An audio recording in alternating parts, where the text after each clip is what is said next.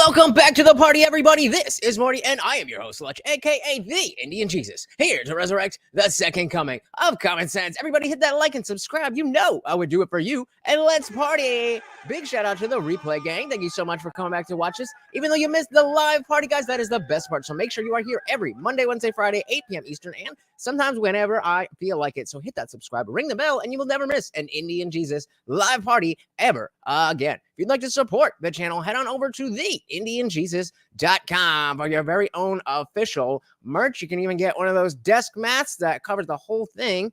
And I definitely need one of these, so I might get into it. Only at TheIndianJesus.com. Guys, we do also have a free Discord server. It is absolutely free to join. It's a great place to meet people, have interesting conversations with people you might not otherwise come across, and you might not agree with them, but you will definitely have an interesting conversation. Like I said, 24/7, we're in there hanging out. However, if you are a member of this YouTube channel, you can scroll right below the video here, hit that join button. There's a couple of different options, but it starts at just $2.99 a month. Gets a members only live streams here on YouTube. I'm thinking about doing that Trump on Flagrant for members only tomorrow. But it also opens up the full Discord server, guys, so that even after we are done here, you have access to the after party. That is right. As soon as we are done, we go over to the Discord voice channel where we don't have to worry about any YouTube censors, and you are not stuck behind your keyboard. You're actually on screen with me and everybody else.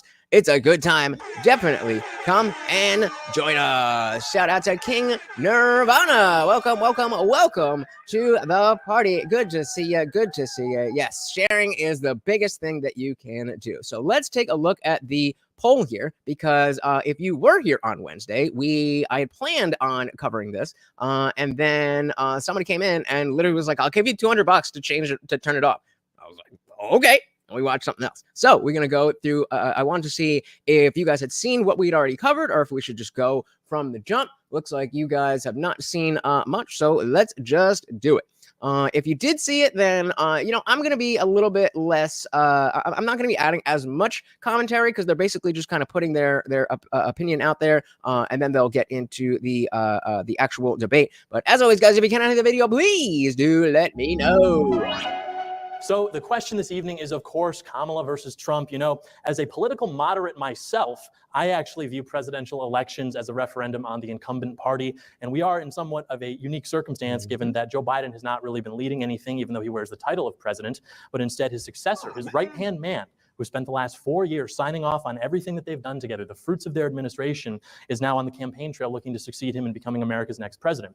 I don't know what she would like to be the president of, given that it has become abundantly clear throughout this administration, under her watch, that we don't even have a country anymore. If you remember the issue which launched Donald Trump's presidential campaign in 2015, it was the issue of immigration and sovereignty. America had been expressing anxiety about this issue since the 1990s. Nobody had offered them a political solution until Donald Trump descended from the golden escalator and did so. So he gets into office, and we saw historic actions that worked at combating mass immigration, such as the Remain in Mexico policy, the ending of catch and release, $20 billion moving towards the border wall, actually allocating funds to build the border wall. He signed Title 42, which reduced immigration to near all-time lows during COVID. He implemented programs to standardize and professionalize deportation methods, which Obama in his final years sought to relax and destroy. Biden, on the other hand, when he gets into office, there are 302,000 encounters along the southwest border in December of 2023 alone, which is an all-time high. You see that being up 31% from November, up 13% from December of the prior year. Again, if you're just joining us and you have no idea what's going on, John Doyle is going to be debating Destiny, our good friend Destiny, who I promised we would not cover unless it was worth it. And I'm telling you, this is why we're coming back to it again. It is worth it.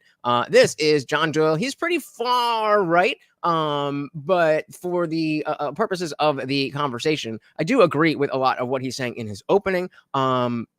Later on, he kind of, goes left, if you know what I mean. But of course, Destiny is gonna be Destiny. So it's more of a typical style of debate where you go and then you go, and then they have an open discussion.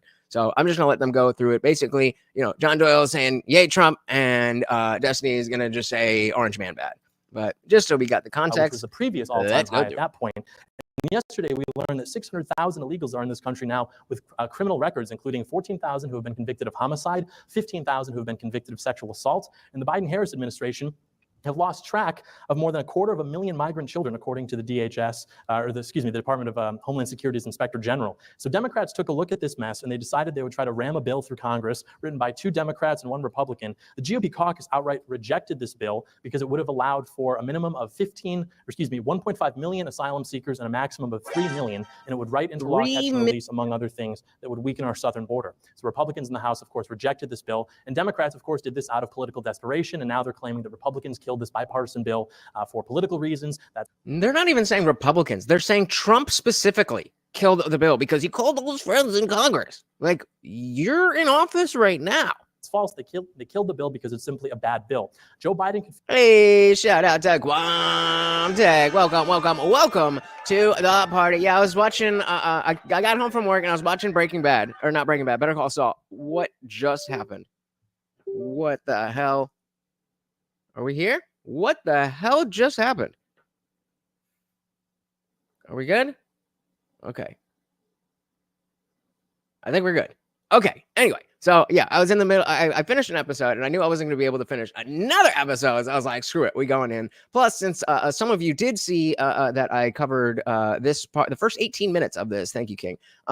We did cover the first 18 minutes before Liberty Twitcher came in and I was like, I will give you $200 not to watch this. And I was like, sold. Hey, shout out to Mike's shitty internet provider with the $2 super chat. Thank you so much. And of course, every donation comes with a treat for Morty. Welcome to the party. And early on, we got a sponsor of the stream. Thank you so much. We also got David in the building. Welcome to the party. We also got Dylan Soup. Welcome, guys. Good to see you. Oh, and I miss Flex. Shout out to Flex. Shout out to the Shuli Network. Welcome, guys. Very good to see you. So yeah, if you we only got like 18 minutes in, so that's why I'm just kind of like letting them give their opening things, and we'll get more into it as we get there. But welcome. David said Republicans in Congress themselves say it was killed at the whims of Trump. Okay, and what I don't understand how that's supposed to be like anything like that. That you shouldn't have that's weakness in your own government. Trump is not in office, so if he's not in office and he can change that much, then all the more reason why I want him to be in office. Fix immigration right now if he wanted to. He doesn't. On day one, rather, he actually restarted catch and release. He stopped the construction of 500 miles of Trump's border wall. He ended the Remain in Mexico policy, and he extended and granted TPS the stay of nearly 600,000 Haitians, which is a lot of fun. And he also signed an executive order on day one halting deportations. This is all inconducive to having a border, which is sort of like civilization 101. Who gets to be here? Who does not? Also, the economy, it's in the toilet. Yet under Trump, shout out again to Mike. Very much appreciated. 7 million new jobs, more than 3 times the government experts' projection. You got middle-class family income growing to nearly $6,000 more than what it had been prior, more than 5 times the gains during the previous administration. You had the unemployment rate that was reaching 3.5%, which was the lowest in a half century. You had an economy where now Americans, more than ever before, were reporting being employed. So David says that's putting partisan electioneering in front of solutions. It would be if the only reason they struck it down was because of Trump. But they struck it down because Trump showed, hey, this is a bad idea and people won't like it. And they were like, hey, Trump, you're right. Let's listen to you because of the fact that we know that you are right. Not just because, oh, Trump said. 160 million jobs. Jobless claims were at like a nearly 50-year low. You had, more importantly, an economy where income was rising in every single metro area in the United States for the first time in 3 decades. Under Trump, we had 7 million people lifted off food stamps. Income inequality was falling for 2 straight years, which is the largest amount that it's been in over a decade. The bottom 50%. Unless you're saying that he wanted to run on the immigration thing, and then I mean, come on, man. Of American households saw a 40% increase in net worth. Wages were rising for low-income and blue-collar workers, a 16% pay increase, and with Donald Trump confronting trade competitors around the globe. Okay, well then it shows that Trump is not only still influential, Trump has good ideas, and Trump should be listened to. Therefore, he should be the president. Shout out again. Oh my goodness. Out sponsoring yourself. Another $2. Thank you so very much. And Morty gets a treat. There's Morty 2024. That is the way. That is the way. Hey, we got Carl's Frosted Tips. Oh, my goodness. Knocking Mike right out of the sponsor spot. Welcome, welcome, welcome. Said feed Morty for today and tomorrow. For the love of God, people, vote Trump to save America. Fuck Stuttering John TSN for life. Welcome, welcome, welcome. And of course, that makes you the new sponsor of the stream. Welcome, welcome, welcome. For low-income and blue-collar workers, a 16% pay increase, and with Donald Trump confronting trade competitors around the globe, America was creating 1.2 million manufacturing and construction jobs. How did we get here? Was that by chance? Of course not. Donald Trump was removing 22 regulations for every one his administration was writing. The Republican Congress passed the Tax Cuts and Jobs Act, which put more money into businesses and into the pockets of consumers and the American people, which of course allowed for more economic growth. And we had Donald Trump as our president. He was the cheerleader for the economy and industry, and small business confidence was reaching historic highs, the highest they'd been since 1938, all under Donald Trump. At the end of the Obama administration, non-residential equipment and structure investments were at near all-time lows. It's almost like he ran an entire presidency on trying to solve this issue, and everybody was like, nah.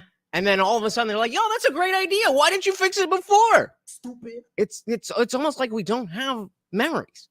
Guys, if you do me a huge favor and hit that like button, that is one of the biggest things that helps out the channel. It is free, it is easy, and I would very, very, very much appreciate it. Gonte said, wasn't the immigration changes also going to allow even more massive money to Ukraine and Israel? I could be remembering that wrong, but they've tried to do it with so many other things, I wouldn't be surprised. You are not wrong. I believe, I don't remember the exact numbers, but it was something like 20% of the money was actually going to the border, and like billions going to foreign aid. That is not a border bill, no matter how many times you say border before the word bill. Following the passage of the Taxes and Jobs Cut Act, they were soaring to near all-time highs. Under the leadership of Donald Trump, the economy was secure. Compare this with the Biden administration. You've got 20% inflation. Consumer confidence is in the toilet. Since the end of the pandemic, prime-age working labor participation remains at historic lows, while a majority of jobs that have been created on net have all gone to immigrants. The job growth that Biden says he takes credit for, all the jobs. And really quick, before anybody gets ahead of like, oh, I'm rocking for John Doyle. When we get deeper into this, like I said, he goes off the rails, and I will definitely be calling it as I see it, just like I try to do with everybody. But right now, we ain't saying anything I disagree with. Jobs that we've made in the recovery from COVID. On net, all of those are going to immigrants. None of those are going to Americans on net since 2019. And if you look at a survey from Red Balloon Public Square from 80,000 small businesses, they find that 40% of business owners have recently been forced to delay payments, 70% are putting staffing and expansion plans on hold, 64% believe that we're headed towards stagflation, and half say that definitely or probably they will not survive another 4-year term under the Biden-Harris presidency. Also, we are watching this at 1.1 speed right now. Again, just because of the people who already saw it, it's basically John says Trump good, and Destiny says Trump bad. But I do think it's relevant to actually hear what things they're bringing up. The Biden-Harris economy clearly is not working for the American taxpayer or for the American business owner. And of course, nothing matters if the economic growth that we have witnessed, to the extent that it even exists, does not go to the actual American people and does not actually work for them. As we'll discuss tonight, our economy under Kamala and Biden is one that works to fly illegal migrants into our country and one that works to spend money and sell weapons to other countries while American towns and American people are drowning under 10 feet of water. Joe Biden yesterday, he said there's no more money for North Carolina, Tennessee, Georgia, all these people who desperately need support right now. But in the last 2 years, we have given $175 billion to Ukraine. And I'm pretty sure the where was it? 157 billion for, it was like Lebanon or something. You guys have to know what I'm talking about, but there was a specific bill that came out, and I think, to be fair, it was already in the works, but just the timing and the optics of being like, maybe let's hold off on giving even more foreign aid. Why? Literally why? The border wall, the most pro-American idea in the last 10 years, securing America's border. Civilization 101, that was supposed to cost like what? So you're telling me in the bill that they call the border bill, there was no funding for Israel and Ukraine? Is that what you're saying? $10 billion, but that was too expensive. Trump's mass deportation plan is supposed to cost $100 billion. I have to read about why that's impossible every day in the New Yorker, but we're sending $175 billion to Ukraine just in the last 2.5 years. All right. What was in the border bill?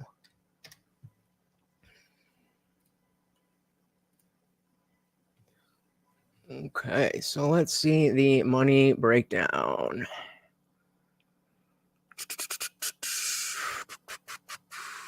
Oh, give me the numbers. I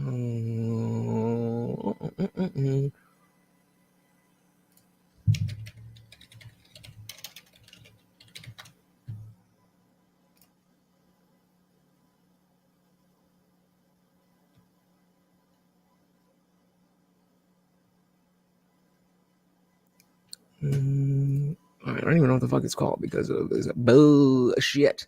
What was the money breakdown of the last border bill?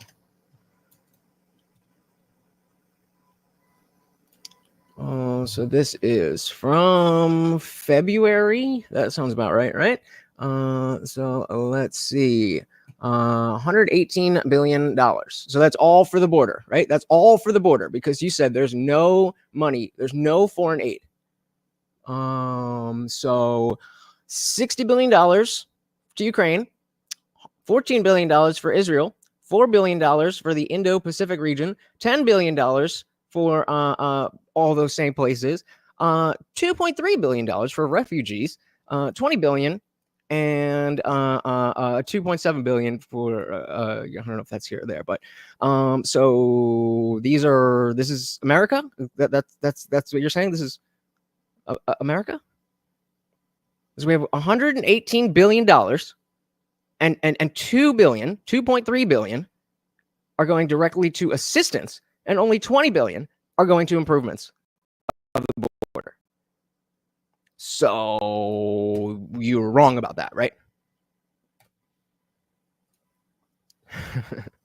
Where'd we go? So you were, yeah. So we agree. You were wrong about that, right? That was from PBS. So don't even come on like that was sources.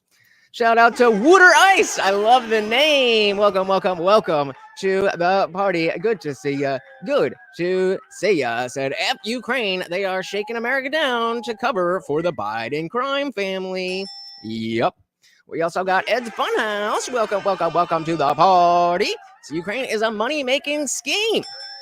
Yep. Okay, Taiwan. And I mean, hey, I support Taiwan, but like, it's not America. It is not America.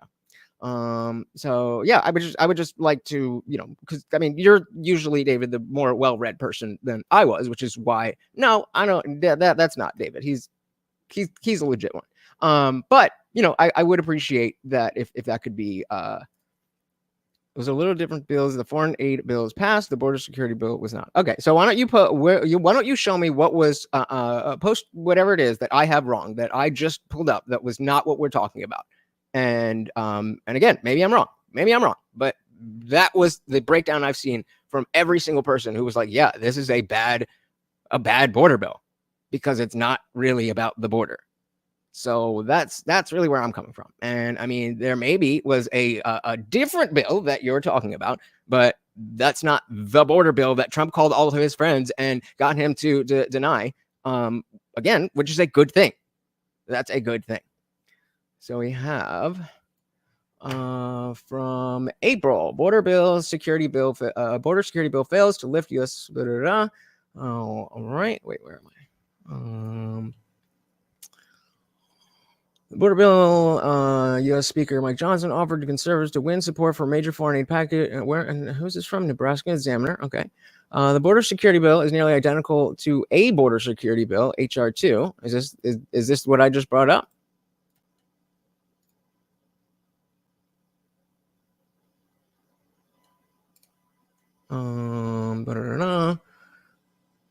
Three separate bills. 95 billion to aid in Ukraine. That's not America, bro. I don't know what I'm looking for. What is it that was going to emergent hearing, but did not have the Republican votes? So even you gave me this link. And it says exactly the same thing that the other thing said. So again, maybe I'm stupid, but explain to me where I'm not understanding things. Shout out to Soil too. So welcome to the party. Very, very, very good to see you. Always good to see you. Carl said, how many outside countries donated to help America with hurricane relief? Oh, Israel did, right? Gromtech said, didn't he literally just Google border bill money? Why would we be talking about 3 different bills when you specifically search for one? And again, even if I am wrong by following the propaganda of the border bill when it's 3 different bills, I'm willing to accept that, oh, I follow the propaganda. But that's all I'm asking for. And what you posted that. And it says exactly the same thing that I said. Shout out to Agno. Hey, shout out to Sarah Marie's sister. Welcome to the party, keeping it in the family. Welcome. Very good to see you. All right, let's dive back in. Possible every day in the New Yorker, but we're sending $175 billion to Ukraine just in the last 2.5 years, which, by the way, it didn't pass because Trump didn't want to pass it because it was a bad bill. That's it. If you agree, 1 like equals 1 agree that the border bill was bad. In the New Yorker, but we're sending $175 billion to Ukraine just in the last 2.5 years, which, by the way, is far more difficult mechanically, like laundering money to foreign countries, going through different organizations, keeping track of it. The point being, I pay taxes, you pay taxes. Wouldn't it be nice for a change to see that money actually going towards the interests of American people instead of to the citizens of the world? Wouldn't it crazy? That's so weird, right? What a weird concept. Be nice for the American government to actually look out for you and not everyone else in the world while you foot the bill? I won't hold my breath. That's weird. However, expecting answers to these questions because they aren't supposed to be answered. They have no plan. They don't have a plan because they are completely beholden to the political establishment. That's why things can more or less continue operating, and the public doesn't understand how badly their president's mental state is until the first time they wheel him out for a debate and people realize. Okay, so yes, you are correct that the border security bill did not pass because Trump correctly told everybody it was a bad bill. And they were like, yeah, you're right, it's a bad bill. Probably, Trump, we didn't really need you on this one, but yeah. That's how gone this guy is, because the White House can more or less continue to run because Joe Biden is not. The disconnect is you said there is no money in the bill. Then I brought up something. You said that's the wrong bill. And then you sent me something and it said exactly the same numbers. That is where the disconnect is. Okay, I mean, that maybe all of us are just too stupid to understand, and you're the one that's right, David. We're moving on. The first time they wheel him out for a debate and people realize how gone this guy is, because the White House can more or less continue to run because Joe Biden is not actually in charge. And there's no plan but to continue the managed decline of our country. She even had no policies on her website until literally 5 minutes ago. And if she does have a plan to fix everything, you have to ask, okay, why? What's going wrong right now? We love Sarah Marie, so we are here just hanging out. And this is a formal debate, just Kamala Harris versus Donald Trump. This is the Trump guy, and then the Kamala guy will come up next. And we're just bringing it down and having a party. Welcome. You're in office. You've been in office for 4 years. Joe Biden clearly hasn't been in charge. So who has been in charge? Why don't you fix these things now? And I mean, he even Trump owned up to his record in 2020 by saying that he will continue to do more of what has been successful. If Kamala is saying, well, there are problems, how is that then not an indictment of her, everything that's happened in the last 4 years? And look at what's happening today. We've got hurricanes destroying towns, destroying livelihoods, $30 billion in property damage, 160 people dead. What does Joe Biden say when asked if he has any words for the victims of the hurricane? Nah. He says, well, we've given him everything we have. They say, can we give any more resources? He says, no. Nah. Okay, the commander-in-chief is missing. What about Kamala? She has this opportunity as his second in command to display and coordinate a field response, display leadership, use the power of the federal government in ways that she only and uniquely has access to, quelling any doubts that we may have about her leadership capabilities, but she didn't. What she did instead is basically just take staged photographs on a plane instead of going to actually visit the people impacted by the hurricane, which is what Trump is doing. Trump is down there on the ground right now, distributing resources, telling people that the American people have not been forgotten about, taking care of these things. And guys, speaking of Trump, he was recently on the Flagrant podcast with Andrew Schultz. Comedy podcast, very low-key thing, and I wasn't going to cover it only because they copyright like crazy, but I listened to it today and it's just too good. It's nothing new, it's just Trump being Trump, but I missed that. So I think either tomorrow or Sunday we're going to do members only of Trump on Flagrant, so look out for that. If you are not subscribed, make sure you hit that button and ring the bell. On the ground right now, distributing resources, telling people that the American people have not been forgotten about, taking care of these things. Just like in the aftermath of the September 11th attacks, the deadliest in American history, Donald Trump was on the ground, putting his guys to work, taking care of American people 15 years before he would even become 15 president. years. And he's on the ground doing the same thing today. Kamala Harris, But orange man bad. is simply incapable of leading. She's not intelligent. She's not competent. She's not brave. She doesn't have the charisma. She's just the current face of the establishment. Everything that they do, it's all talk. That's what Trump talked about. All talk. Yeah, and I don't really know how you could, like, even if you say, okay, Trump is the worst thing ever, and so I'm going with Kamala. I don't see how you could argue against the fact that, like, she's just the face of the establishment. They literally just plugged her in. Talk, no action. She is just the incumbent role of that. She has no agency herself. She will simply continue what has been going on for She doesn't even have her own accent. the last 60 years in this country. And they will never forgive Donald Trump for convincing the American people that it didn't have to be that way, that it doesn't have to just be this managed decline where everything. I remember stopping it on that one yesterday, but let's hear that again. Herself, she will simply continue what has been going on for the last 60 years in this country, and they will never forgive Donald Trump. They will never forgive the American people that it didn't have. Donald Trump for convincing the American people that it did not have to be this way. Not that Donald Trump is the greatest politician that ever lived, but that, oh, wait a minute. This whole buttoned up thing, maybe that's not the best way to approach this. They will never, ever forgive him. Shout out to Miles Kinslow. Welcome to the party. I mean, she is Indian, so she looks Indian. But shout out to Liberty Twitcher. Thank you so very much for giving me not only the money, but the opportunity to not even have to plan what I'm doing today. And you are very right. She ain't a proper black either. I don't think she's black, period. And the what was I listening to? I'm sure it was a TikTok, but somebody was saying that it might have actually been on the flagrant post. But anyway, it was some black person talking about how even though Kamala is trying to claim her blackness and whatever, even if that is legitimate, which it's not because her father is Irish. But even if that were true, all of the time that she'd been running as an Indian person and not as Indian and black, I've been told that people in the black community see that as, being self-hating or not really black or all that stuff. So, I mean, definitely ain't a proper black, whatever that means, but she ain't black at all. Soil said she's a DEI hire of the first generation kind. Slept her way to where she is. Sorry, not sorry if that hurts anyone's feelings. And I mean, I think the problem with, like, obviously, agree. She started off being, that kind of person. But I think, I don't know rhetorically if it's beneficial for us to just be like, oh, she slept her way to the top. Because I think the fact that she is running for president is a much, much bigger indictment of the establishment than of Kamala Harris.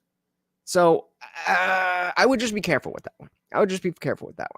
My father's Jamaican too, and he's not black. Gridiron Masters, welcome to the party. Said she's black all the way to 1850.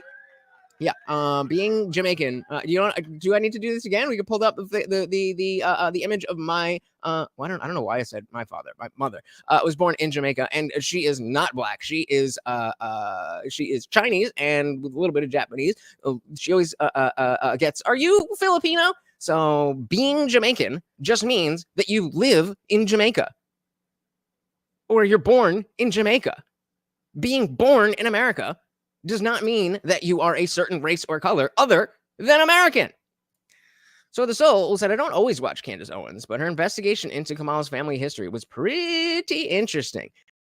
Yeah, and I mean, I don't, she's on that, willing to engage in the conspiracy side of things.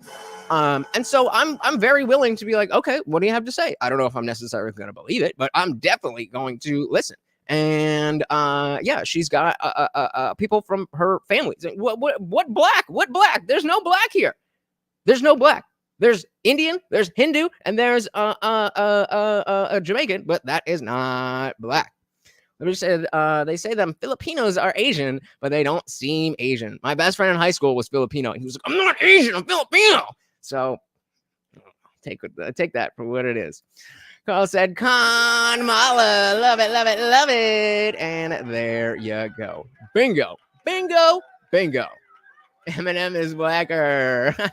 What has been going on for the last 60 years in this country. And they will never forgive Donald Trump for convincing the American people that it didn't have to be that way, that it doesn't have to just be this managed decline where everything is more expensive yet less in quality, and you're now working and you can't afford to go to school. And I don't know enough about history to get the implication. stupid. Spell it out for me, please. Shout out to M169. Welcome to the party. At a time when women were doing their best to be taken seriously professionally, Kamala chose the whore route. It's insulting. And again, I mean, I think that's one of those things that it doesn't. Us knowing it is very important, but now it's out there. And I think in the same way that everyone's like, oh, Destiny's a cock, oh, he's got blue hair. It's like, oh my God, do you have anything of value to say here? We all know that. And it's fun to make fun of her for that. But again, I would just be a little bit careful. Because again, I think her position is much more an indictment of the establishment than her personally. Shout out to Mood. Welcome to the party. Is that what you're talking about? Yeah, I don't know history like that, but yeah, I mean, history was nasty. This man. Oh, okay, what is it saying? I'll just say this: Japanese men were not very kind to Chinese women en masse during World War II. Well, I guess you guys all know what's going on, but yeah, I mean, possibly, I don't know. Haven't really looked that far into my family history, except for the fact that I know that despite both of my parents being born and raised in the West Indies, they're not black. And they will never forgive Donald Trump for convincing the American people that it didn't have to be that way, that it doesn't have to just be this managed decline where everything is more expensive yet less in quality, and you're now working and you can't afford to go to school, and let alone graduate and find a job, and because they're all on net going to immigrants, they will. Shout out to Zippy DSMLE. Welcome to the party, sir. Always good to see ya. Never forgive Trump for challenging these political orthodoxies. Again, guys, I have been losing some other mods, so if you, well, Soil's here, so it's not as typical. Love to see you here. But if you would like to be a mod, if you'd like one of those wrenches, just do stuff like remind people to like the video, share the video. When I mention the Discord, drop the link, stuff like that. And if you act like a mod, I will make you a mod. Alone successfully. And so it's really not so much a question about Trump versus Kamala. It seems to be much more Trump versus whatever has been happening in our country for the last 60 years. And Trump is the only successful candidate of any of these political orthodoxies to be able to break free from them. And Kamala is just the incumbent candidate with the blessing and backing of the entire political establishment. So if you want things to continue how they've been going for the last 4 years, and broadly speaking, the last 60 years, then you can support Kamala. But if you actually want to create opportunity. And again, you could say that whatever you want about why Kamala is a better option than Trump, but I don't see how you could disagree with that statement. That will meaningfully change our country and make it great again. And the obvious choice is Donald J. Trump for president. Thank you. All right, so they're gonna move over to what's the face, Destiny. But so the Soul said she's definitely a face of the establishment. No argument there. However, a person can sell themselves out in a whorish manner with or without opening their legs. Unipartists are the same to me. And again, I agree, but that. And I'm just speaking as, you know, this is the same way that I'm nitpicking what's going on in the debate. You know, words matter and the way that we use them matter. And so I'm not disagreeing with the notion that she's a whore. But yeah, I think that's a little bit of a different thing because they're all whores for the establishment. So every single Republican candidate would fall under that as well. So it just makes it moot.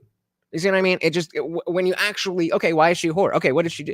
Then it really weakens it. And there's so much there to legitimately be like, well, she didn't do this, she didn't do that, she did that, she did that, she said this, then this is what I was saying from the very beginning as a never Trumper. Why lie about him? Not lie about it, but why go above and beyond to focus on things that may or may not be true when there's so much there that if you don't like Trump, it's there. We said I changed the motorbelt. Good for you. There you go. Mood said, why is Trump not a whore for big money? Bingo. Exactly. Well, we'll stick with this one, but agreed. This is why that if we're talking about, being a whore in general, I don't know how you make that word mean anything. That's what I mean. So, I mean, say whatever you want. I'm not telling you not to say things. I'm just saying that's how it comes off when I hear it. It will meaningfully change our. Just want to let everybody know that if Stephen would like, he can push some of his opening statement time. Okay, cool. All right. Let me throw my timer on screen. Okay. All right. So if you want to see me really take this apart, then go to Wednesday's stream, because I really just want to get to the stuff that we haven't got to. There's no way I'm not going to be able to. There's no way I'm going to be able to go through it without pausing at all. But I want to get to the stuff that we haven't covered just yet. King Nirvana said, I just re-upped on your membership. Hey. Thought I was getting rad. Well, maybe you are. There's nothing for members. Just kidding. Thank you very, very much, sir. David said you could ask the same of Trump. If there's so much wrong with the current administration, what's the need for him to lie about damn near anything? Such as? Again, you're not going to get me to be like, Trump doesn't lie. Like this whole entire, that is exactly my point. That is exactly my point. That when we talk about politicians, we have to understand they are all whores for the establishment. They are all whores for attention. They are all whores for power. And it's just the choices that we have. Obviously, building communities like this is to help bring a level of decency to this stuff, so that we're not looking at somebody like Trump to save the world. I'm being facetious. But that's exactly the point. That's exactly the point. That yeah, I'm not gonna say that he doesn't lie, but that's what politicians do. So it only becomes relevant if you can find me a politician that doesn't lie. M69 said, for me, it's just one part of why she's unacceptable. The biggest reason is she's stupid. Great. Moods. The politicians don't have a chance without money. I'm just saying all politicians are money whores. Yeah, I completely agree. Completely agree. David said, I don't think that his lies are remotely comparable to when it comes to facts around immigration numbers, inflation, jobs, substance bills. Yes, I'm aware that you feel that way. The millionaires and billionaires. Exactly. They are all criminals. So unless you can find one that is not a criminal, then convicted criminal, that doesn't mean anything. That just means all the others are unconvicted criminals. I'm good. Ready? Yeah. Ready when you are, buddy boy. Yes. Perfect. I think I heard a yes there. Yes. Okay. We have two parties in the United States. Again, I am warning you. I'm trying to get to the part that we haven't covered. So if you want me to go like deep dive every 5 seconds, we only got 8 minutes or 18 minutes into the whole video before it turned off. So I went in pretty hard. But I'm gonna try to get through to get through it as much as Yes. Okay. We have two parties in the United States, and right now, one of those parties lives in delusion. Conservatives rely on the ability to cast a huge net and to cover a ton of ground and to lie and lie and lie about every single topic they bring up. That's why people. Projection. I tried, guys. I tried. Oh man, I tried.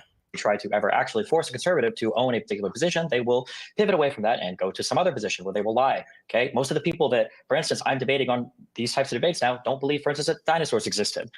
If you look at things like, I believe, the response to the recent disasters. So what? Let's take a silly idea that liberals believe. How many? Whatever silly thing that you want to pick. How many of them either believe it or think it's reasonable to believe it? Okay, now let's go to the right. How many people on the right think it's reasonable that the Earth is 6,000 years old? But okay, do you, homie? Believe, for instance, that dinosaurs existed. If you look at things like, I believe, the response to the recent disasters was brought up in North Carolina. If you look at the responses from DeSantis, if you look at the responses from Kemp in Georgia, if you look at the response from Collins, everybody is saying we are getting exactly what we need. Joe Biden has called these people already. It is a lie that Donald Trump is pushing. It is a lie that conservatives like John Doyle are pushing, that states aren't getting what they need from Biden. I also just want to get ahead of this. Like, yes, we take detours sometimes, but this is not a place to litigate the exact things. We're focusing on their conversation. So if you say, if we get into the weeds on something and I don't derail the entire show to get to litigate it, I'm not running away. That's just not what we're doing here. If we have the time, then yeah, we will do that. But we are focusing on the conversation. So before anybody's like, oh, well, you didn't play because you're scared. Okay, I think that if you want, we are here to break down this conversation. It is a lie that Donald Trump is pushing. It is a lie that conservatives like John Doyle are pushing, that states aren't getting what they need from Biden. This is just not true. Google.com, search for it. Governors. TikTok.com. You get video after video after video after video after video of people not getting help. But those don't count, right? Because reasons. Response, recent disaster, governor's response, hurricane. It's not true. Everything he says is a lie. Now, on the contrary, there has been Donald Trump who has refused aid to states before. There are reported conversations with. And before somebody's like, oh, you believe something on TikTok? Yes, because these are people that are literally in the hurricane zone and have no reason to think that or to want to lie about that for any other reason than for survival. Whereas, we have people like Harry Sisson on the other side. And of course, there's people on the right that are paid shills. But that's my answer to that. On the contrary, there has been Donald Trump who has refused aid to states before. There are reported conversations with Kushner saying that Donald Trump wanted to withhold aid from people. Initially in California, when the wildfires were happening under his term, Donald Trump withheld that aid. And a speech a few days ago, Donald Trump talked again about potentially withholding aid from California if they didn't sign on to a bill that would open up more land in the north for agriculture. I agree, David. A scary amount of Americans believe in young Earth. Was that the question? Did I say, was it a nice amount or a low amount? Or did I make a comparison between two different things that this does not address at all? Purposes. There is only one president that I know of in recent history that has threatened to withhold national federal aid from states in times of disaster, and that is Donald Trump. Joe Biden has never done this. You will not find statements of him ever doing this. Oh, so he never said that I'm a criminal. Therefore, he's not a criminal. Stupid. Problem solved. You can look at, I believe, Roy Collins on Twitter right now, just yesterday tweeted a thanks to Biden for calling him and providing everything that they need. This is a lie, like basically every other thing that is said. Agreed. In support of the Republicans, and even ignoring all of the policy. We can even say, fine, maybe they might have a better stance on the border. They don't. Maybe they might have a better stance on the economy. They don't. Maybe they might. Wait. Your whole party, you could literally say that we have a worse position on immigration. That's the level. That's the level that we're working at. Then under Trump, everything was good, and he wanted to build this wall, and they were fighting him all the way. People who were in office were fighting him all along the way. Now, 4 years later, they're like, oh my God, there's a problem. We should build a wall. Trump, you don't even build your wall. What a loser. Oh my God. And people believe it. And people are like, yeah, Trump's the one who let everybody in. Maybe they might have a better stance on the border. They don't. Maybe they might have a better stance on the economy. They don't. Maybe they might have a better stance on foreign policy. They definitely don't. Fine, maybe they do. But even if they did, Donald Trump wouldn't be the guy that would be able to get anything done. Donald Trump was no one's saying build the wall. Okay, bro. Not able to get funding for the wall. He wasn't able to build the wall. He ruled like a dictator with executive. Except when Trump was in office, right? Liberty Twitcher said, few believe it. Everybody knows that Trump is better on the border. So the Soul said, for progressives, merit is worse than open immigration. So that's just their perspective, I suppose. Seems like it. Able to get anything done. Donald Trump was not able to get funding for the wall. He wasn't able to build the wall. He ruled like a dictator with executive order. I think he built an itty bitty fence, and then he walked away with his tail between his legs, and he called that a victory. So, oh my God, the wall that he built was so bad. How did you get there? So we're admitting now that building the wall was a good idea, that you should have let him do it, that if we had gone down that road, that we wouldn't be in this issue, and the person that you want to vote for was the person who was in charge of all this. That makes sense. So if you did want a wall, if immigration was something that was scary to you, why would you rely on Donald Trump, who was a massive and total and utter failure in his administration, where both sides of Congress were controlled by his party, to do anything? Why? He wouldn't be the guy for it. He was incapable of doing it. And he was only able to have such good numbers because he was able to rely on COVID to shut down the border with Title 42. And he was able to rely on the fact that a lot of people were sick and didn't feel like making the journey to the United States. And you can tell because if you look at that graph that he lies about, that he shows at events where he says, this is when I left office, he actually left office like about a year later when the immigration numbers are starting to spike up again. So if immigration is your issue, Donald Trump's not the guy to solve it. He can't work with Congress to pass legislation. There was a big bill on the border from Langford that Doyle, for some reason, called Democrat authored this bill had widespread support among Republicans until Donald Trump came and shut it down. Interviews with Langford confirmed this. You can watch a speech with Ted Cruz where he says this. You can watch McConnell talking about it in the Senate where he confirms this. Nobody's debating this seriously except for the people, the sycophants, that try to carry water for Trump outside of his administration. I say outside of his administration because nobody from his last administration is left. So are you going to address anything about what Kamala's going to do? Or is it just Orange Man bad? Let me what you said. Why that guy? Why does that guy merit your attention at all? What? Which guy? Okay, cool. Yes, bad bill indeed. How do you have all these people? You know, you look at the people that he surrounded himself with. Where are they at? Donald Trump won in 2016, running on a ticket with Vice President Mike Pence or ex-Vice President Mike Pence. Where is Pence? Why isn't he running anymore? Oh, because when he was in office last, Donald Trump basically watched and tried to get him killed. When he was at the at the Capitol building trying to certify the election, Donald Trump sat by and he watched for 3 hours. You want to talk about a dereliction of duty or an absent commander in chief? He sat by and he watched while the Capitol was rioted, while it was taken over for 3 hours, doing absolutely nothing in the attempts to except telling everybody to go home. To maybe win the election because the people would be too scared to certify it after he riled his crowd up and he sent them out of the Capitol. If you look at Donald Trump's approach to foreign policy, it was a joke. People say there were no wars under Donald Trump. What do you mean? No, I can't let that one go by. I can't let that one go by. Nobody said there were no wars under Donald Trump. Talk about fighting non-existent arguments. Show me one person who legitimately believes that Donald Trump, while Donald Trump was in office, there was no war happening.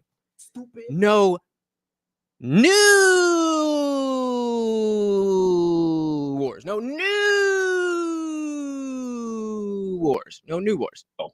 If you look at Donald Trump's approach to foreign policy, it was a joke. People say there were no wars under Donald Trump. What do okay, show me. you mean? No, what does that even mean? We were in a conflict all over the world. He was still doing drone strikes in Yemen. Hey. Oh, sorry. We did the assassination of Soleimani. We had troops that were active in Syria. We had a military presence that was still in Afghanistan. There was still a Russian occupation of Crimea. There was an Iranian attack on Saudi Arabia. There were riots in the Gaza Strip. Like when we say there were no wars in the rest of the world, this is just another conservative delusion. And what are the foreign policy positions that Donald Trump has? And not the empty platitudes, okay? Not Donald Trump where he stands and he leans forward like a fucking giraffe because you don't want people to see that he weighs 350 pounds, okay? You need an actual policy position that Donald Trump has or has at least espoused when it comes to dealing with we can't do that because every single time on every single interview where Donald Trump is asked about his foreign policy, he says, I can't spoil it. It's a secret. Well, it's not a secret. We watched what happened when he was in office. When he sent Tillerson. Shout out to Maha. I hate that phrasing. I hate the Maha. I hate it, but it is. I am definitely down for it. Excuse me. Dylan Soup said, Destiny talking about the fairy tale of January 6th violent attacks is the kind of audacity I can't let slide. And again, we can definitely Dylan, are you saying that there was no rioting? Are you saying there was nobody that was violent on January 6th? Is that what you're saying? Daniel. Oh my God.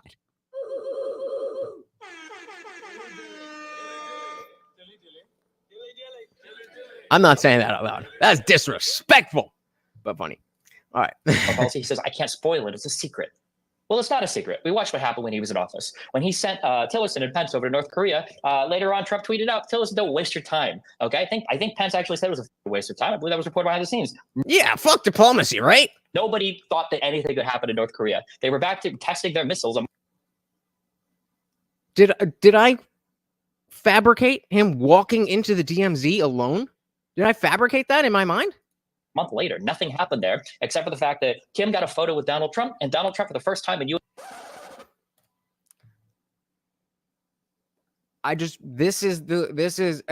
and I have great respect for David, but this is the type of mentality that you're dealing with. U.S. history was the commander-in-chief of the U.S. Armed Forces saluting an enemy's military for who the knows what reason. Diplomacy. Let's see. Did he have a good success in any good success in Syria? Well, let's see. He completely and utterly ditched our allies, the Kurdish fighters that were fighting alongside the FSA against Bashar al-Assad, somebody who engaged in chemical warfare against his own citizens enough that Trump saw fit to bomb an airport. Was that also another action that wasn't a war or wasn't part of military conflict? I don't know. It's hard to keep track of what conservatives consider what because it seems like they got a double standard for literally everything. And when I projection. conservatives. Now, again, I'm not saying that anybody any side is perfect, but the double standards that exist in the mainstream ideas on the left do not make sense. I don't know how you get here. I don't know how you get here. Military conflict. I don't know. It's hard to keep track of what conservatives consider what, because it seems like they got a double standard for literally everything. And when I say double standard, I mean an actual human standard for Democrats and actually no standard for Republicans. When we look at things like the economy, we talked about pulling kids out of childhood poverty. Did Donald Trump have a policy for that? Well, let's see. When he was in front of that economic forum, they asked him, Donald Trump, what one specific policy would you actually give in order to alleviate childhood poverty? Nah, we don't do that. Unfortunately, we're not doing that. This is a free speech platform as much as I can with YouTube, and we are not blocking anybody because we do not like what they say. That's some beta shit. Asked him, Donald Trump, what one specific policy would you actually give in order to alleviate childhood poverty? He gave an answer that puts Biden at his worst moments to shame. This was one of the most unbelievable. At his worst moments? At his worst moments when he can't speak English? Okay, bro. He gave an answer that puts Biden at his worst moments to shame. This was one of the most unbelievable word salads I've ever heard in my. I want to cover this, bro. I want to cover this. I appreciate the money, but now it's 500. So we'll switch it up again. But again, we're eventually going to come back to it. Entire life, I thought the man was either about to have a stroke or was halfway through one by the time he finished his answer to that question. But again, Republicans have absolutely no standards. They do not live in reality. They think that oil is a self-replenishing thing that comes from the ground because dinosaurs weren't real. Half of them hit the earth is 6,000 years old. We had all these predictions about COVID and hums, typical. And the mRNA vaccines and the Chinese-made virus in the lab that didn't come true. Nothing the conservatives have said has come true in terms of all the fear-mongering they did. Nothing. We had 4 years of Biden. Where's my communism? Where was the destruction of the country? It's not here. We've got Donald Trump who wants to come into the next administration to do what? Put 10 or 20% tariffs on everything? What, is he going to go back on the U.S., Mexico, Canada, the North America Free Trade Agreement, the one that he was so proud of that superseded NAFTA? Is he going to destroy that so that he can tariff everything? Or is he just speaking empty platitudes? Or more likely, does Donald Trump not even really know what a tariff is? Does Donald Trump know the difference between a trade deficit and a budget deficit and a... You mean the guy who okay, yeah, no, he has no idea. Why would Donald Trump have any idea about business and money and stuff? He's just a dumb guy. Orange man, bad. And our national debt. This. Do you not understand how embarrassing this is? It's embarrassing. It's embarrassing, and the double down is even more embarrassing. You might want to, defend him and say, well, I'm sure he does know the difference. But then if that's the case, why is it that in the 4 years of Donald Trump, where our economy was doing so well, why the f were we running record deficits before COVID? Why was this happening? If Donald Trump and the Republicans are so good about tackling our debt and doing something about the deficit, why was he still running record deficits while the economy was exploding 20-25% year over year over year? Why was Donald Trump trying to use Twitter to bully Powell, to bully the Federal Reserve, to keep interest rates low? Why was Donald Trump sending his Department of Justice into the states to try to fabricate election results? Why was Donald Trump trying to bully Jeff Sessions or Comey or Christopher Wray to... Shout out to Dave Proud over on Kit. Welcome to the party. I think it's another bot, but hey, we'll take what we can get. Kill investigations related to him or people around him when people in his close company, like Roger Stone, were directly communicating with foreign adversaries in order to leak information about about the Democrats. Donald Trump is easily one of the worst presidents of all time, and his character should reflect on the people that defend him as well. Because remember, bro, what do you mean? What do you mean? Okay, that's why everybody's like, please bring him back. The only way to defend Donald Trump is to ignore reality, to be delusional, to pretend that everything under his administration didn't happen, to pretend that things under Biden have happened that haven't happened, and to pretend that somehow in the future he's going to be able to do all of these things that he had a monumental failure of attempting. Projection.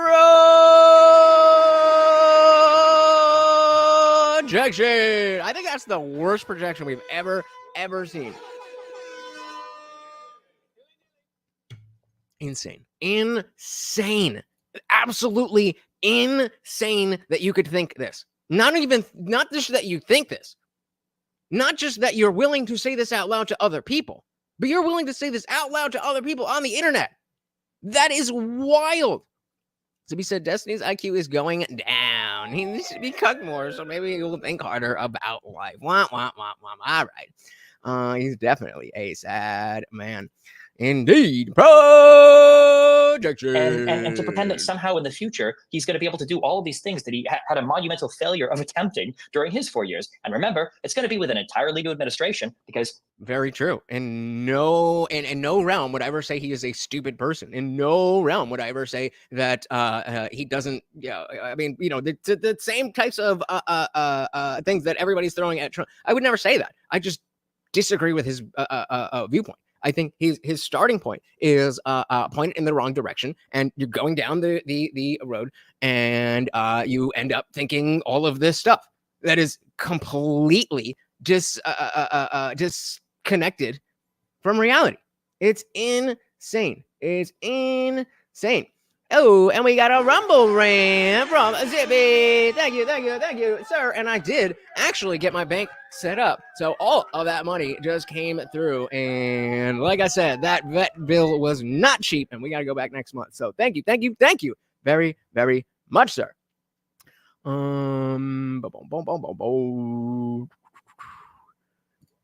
Liberty said, but he is stupid because he's just spouting stuff. He doesn't sound nor seem smart. And that's where the dogma comes in. That if you depending on what you're willing to believe, if you are willing to believe that unless it is in paper signed by a person who has the authority given to them by the US government, then it can't happen. Then everything that he's saying makes sense. Absolutely everything that he's saying makes perfect sense. But if you're willing to understand that, okay, that's not really how things work. And to act as if we do know exactly how things work is silly in a normal circumstance. And then you bring in someone like Trump and be like, oh yeah, no, I know exactly what's going on. There's no way that there's a corruption in politics. No way. And that's where it comes from. If you think this is all on the up and up, then it would be ridiculous to think that Trump is a good option. It would be ridiculous. But that's not the way the world works. That's not the way the world works. I wish that's the way the world worked. And we didn't ever need a Donald Trump. But we do. Nobody that works with Trump ever wants to work with him again because either they see that Trump is corrupt or he calls them a rhino. And so now we have a new Trump. We've got a new vice president with Trump, a guy that said he would co-sign onto all of the malicious activity that Trump wants to do, which Pence wasn't willing to go along with. God knows who he'd want to staff the Department of Justice with or what any of his other cabinet positions would be like. And God help us all. Yeah, so the soul said getting rid of products made with slave labor, even incrementally, is a step in the right direction. And it's something I wouldn't mind paying a higher price for if made in the USA. That's weird. Even if Trump loses the election, honestly, even if he loses the election by a landslide, the fact that there are so many tens of millions of Americans that have been lied to and tricked and deceived by your party, the figures that were supposed to be at the left. Remember when we were supposed to have a George Soros controlling all of our communications, and instead we got an Elon Musk who is full-throatedly, avowedly, pro-Trump and posting AI misinformation about. It's so funny. It's so funny that this exact same thing came up the last time. Because again, I will bring you back to, I don't even remember what it was, what David brought up. Let's see the average person respond. Let's see the average Trump supporter respond to somebody having a Trump Bible in their home. I've never even heard of that, but I'm sure some people. But the average person that I know, if they saw that you had a Trump Bible, be like, bro, that's fucking cringe. Whereas I saw multiple people throughout COVID and after, as I was still working and still going into people's homes where they were not wearing masks, despite, oh my God, it's going to kill people. Maybe 1 out of 10 people were, wanted to mask up during lessons. But put that to the side. Multiple of them had those Fauci Saint candles, and there was not an ounce of irony in it. So again, everything that you bring up, that's true. The Trump Bibles are cringe as fuck. But that is exactly the point, that there's cringe people on both sides, but we are calling out the cringe on our side, and you accept the cringe on your side. Kamala Harris, on a social. Everything I just said, repeat it, rewind it if you didn't Gadget. media platform. Remember when the Hunter Biden laptop suppression was like the worst thing that's ever happened in the world? And then we get a JD Vance leak, and all of a sudden, now Republicans believe in foreign interference. Now people leaking stuff about actual politicians, believe it or not. I'm going to claim ignorance here. I don't even know what leak are they talking about. What leak are we talking about? This is my point. I don't even know what you're talking about. So clearly this wasn't a big thing that everybody, oh my God, clearly not. Hunter Biden never ran for anything. I don't know if people remember that. Now it's a huge problem. Censoring. Oh, but the big guy ran, right? Oh, no. Oh, he's the fucking president. Politician. And I'm sure that you've never said anything about what Jared Kushner does or what Don Jr. does or what Eric Trump does or what Lara Trump does or what any of these people do, right? The double standards never fucking end. They never fucking end. This is why we only got 18 minutes into the video last time. Jesus Christ. This is, they just have no idea. You have no idea. Learn what people actually think, and then you'll understand these comparisons. I'm making one-to-one comparisons. If you don't get it, that means you don't understand people. You don't understand the people that you are making fun of. You don't understand the people that support Trump. If you don't understand why a Fauci candle is relevant to your comment about Trump Bibles, then you are not engaged in this conversation. And all of a sudden, now Republicans believe in foreign interference. Now people leaking stuff about actual politicians. Believe it or not, Hunter Biden never ran for anything. I don't know if people remember that. Now it's a huge problem. Censoring stories was supposed to be the worst thing. We care about doxing, we care about all these things now. It's crazy how Republicans discover morality and standards whenever they have to levy any type of criticism to the left. I just wish that at some point they would live up to a single standard or apply anything consistently across the board. Weird thing on left. So the one-to-one, weird thing on left and how people react to weird thing on left, and weird thing on right and how people on the right react to weird thing on right. That's one-to-one. And again, the fact that both of you don't get it and are acting like, that's so stupid. Maybe just humble yourself, sit the fuck down and think for a goddamn second about anything outside of your own mentality. It's sad. It's sad.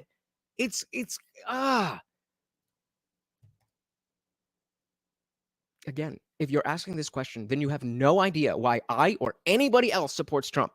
You don't understand. And you can definitely think that it's stupid. You can think whatever you want. But if you don't understand the arguments that people are making against you, and you're just like, what? Huh? What? Then you need to talk to more people before you start making fun of them. Left. I just wish that at some point they would live up to a single standard or apply anything consistently across the board. This is why we only got 18 minutes in. This is why we only got... I just did explain it. Put a 1 in the chat if you don't understand the one-to-one comparison. Put a 1 in the chat if you don't understand. But you're talking at people. That's what you're doing.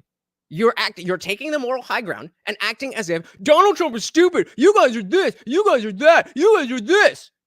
And then when I give you a perfect analogy of why the thing that you're bringing up is irrelevant, you're like, huh? What? I don't get it. You're the stupid one because I don't get it. I don't get it, but you're stupid. Thank you very much for that 10-minute opening statement as well, Stephen. We are going to switch it back to John for his 5-minute rebuttal. John, thanks very much. The floor is all yours. In this case, yes. It seemed to me like there was a lot there that was generally just firing from the hip at Republicans and specifically Donald Trump. And I think what it gets down to, which is what this debate often does, is just competing views of how politics actually works in this country. Bingo. You ignore the explanations to deflect with more questions. There is never...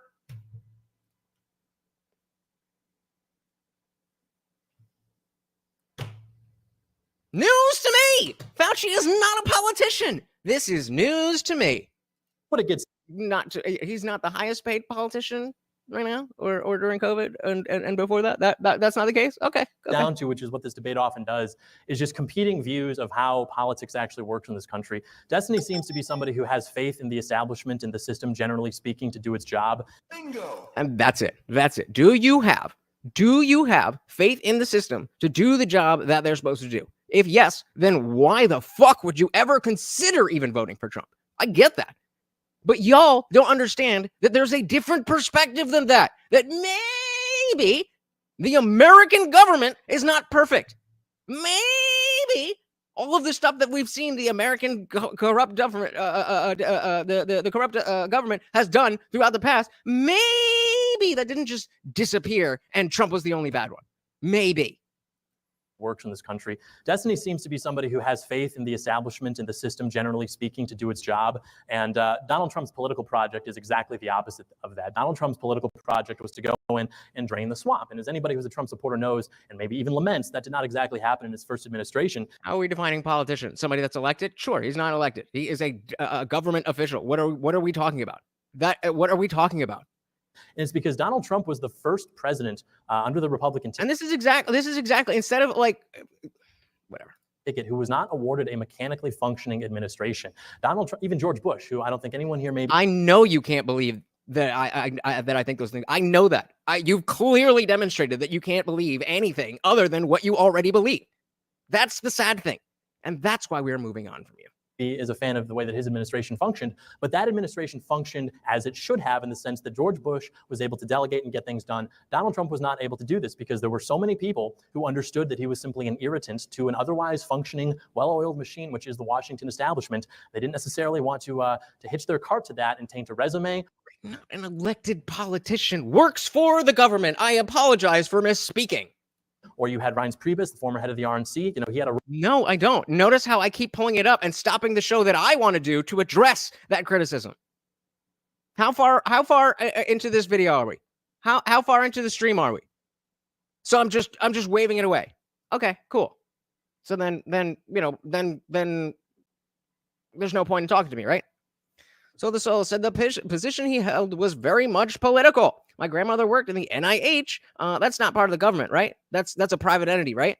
Back in the early 60s as an anatomist and a biologist when she was alive, could tell some stories. I bet. Okay. Maybe not a politician.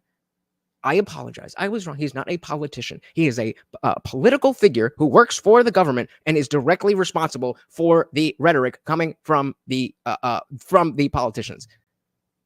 Oh, that's so different. Oh my God, what?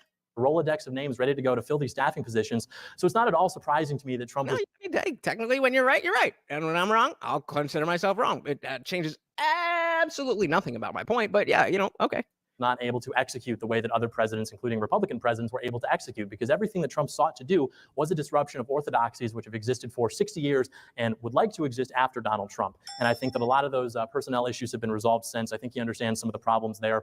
But I also think it's sort of nonsensical to conflate, sort of Republican delusion with Democrat delusion. Because when you have Republican delusion, that's like your aunt or uncle at dinner who says something like, I don't know, what if elites are like satanic and do crazy rituals? And it's like, yeah, that's crazy. Democrat delusion is like what these people run on. They run on the issue of, hey, what if we put an axe wound in between a child's legs? Wouldn't that be neat? Hey, what if we couldn't actually define like what a woman is? Things like that. Again, very low hanging fruit, but simultaneously, I think very important to understand exactly which party is the one advertising and establishing power based on delusion. I said, shit, me too. And so I didn't really hear much that was addressing the points I laid out directly in terms of why Trump did X. It was successful. Biden undid X, and now we are experiencing bad results because of that. And so in terms of Trump's staffing issues, again, you have an incentive there to not want to hitch your cart to that, whereas Kamala Harris had the highest overturning rate for her White House staff in history. It was like 92%. 92% of people who... Okay, let's just do this.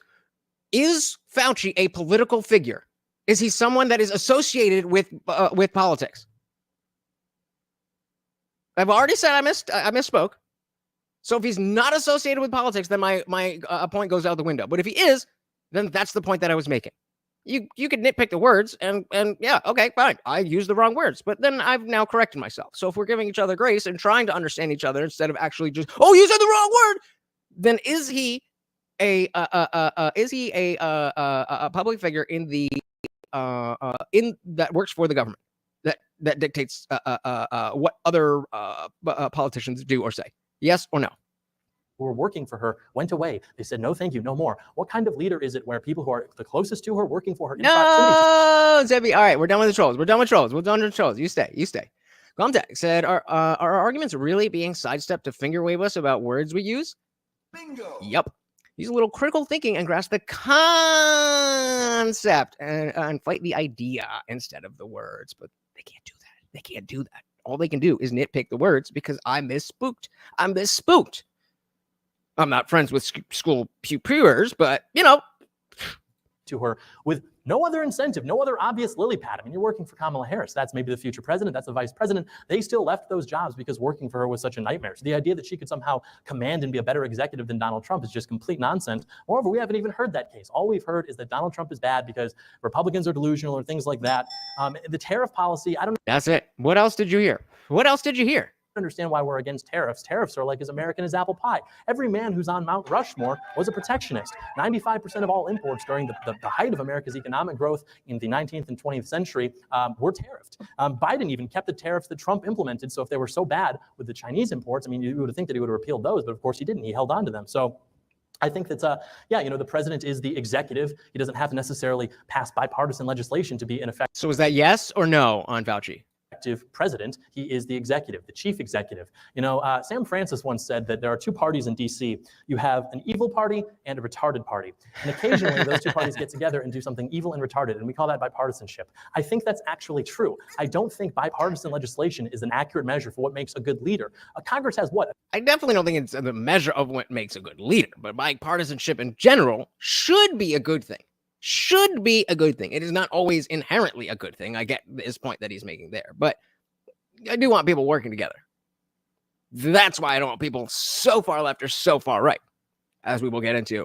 I definitely said my piece about the far left, but trust me, Doyle's going off the rails. And I'm giving them the same treatment. A 2% approval rating on its best day, something like that. We think working with these people, these swamp rats, is actually indicative of what makes a good leader. A good leader is someone who can get in there and just pass his legislation through. We'll figure out the legality. I shouldn't say it. Well, pass his legislation and it gets held up in the courts as. He goes, oh, see, he slipped. He slipped. He didn't prepare for this at all, and that wasn't a joke that he purposely put in there. He slipped. He said it. Oh, it's Trump. He's a dictator. Oh my God.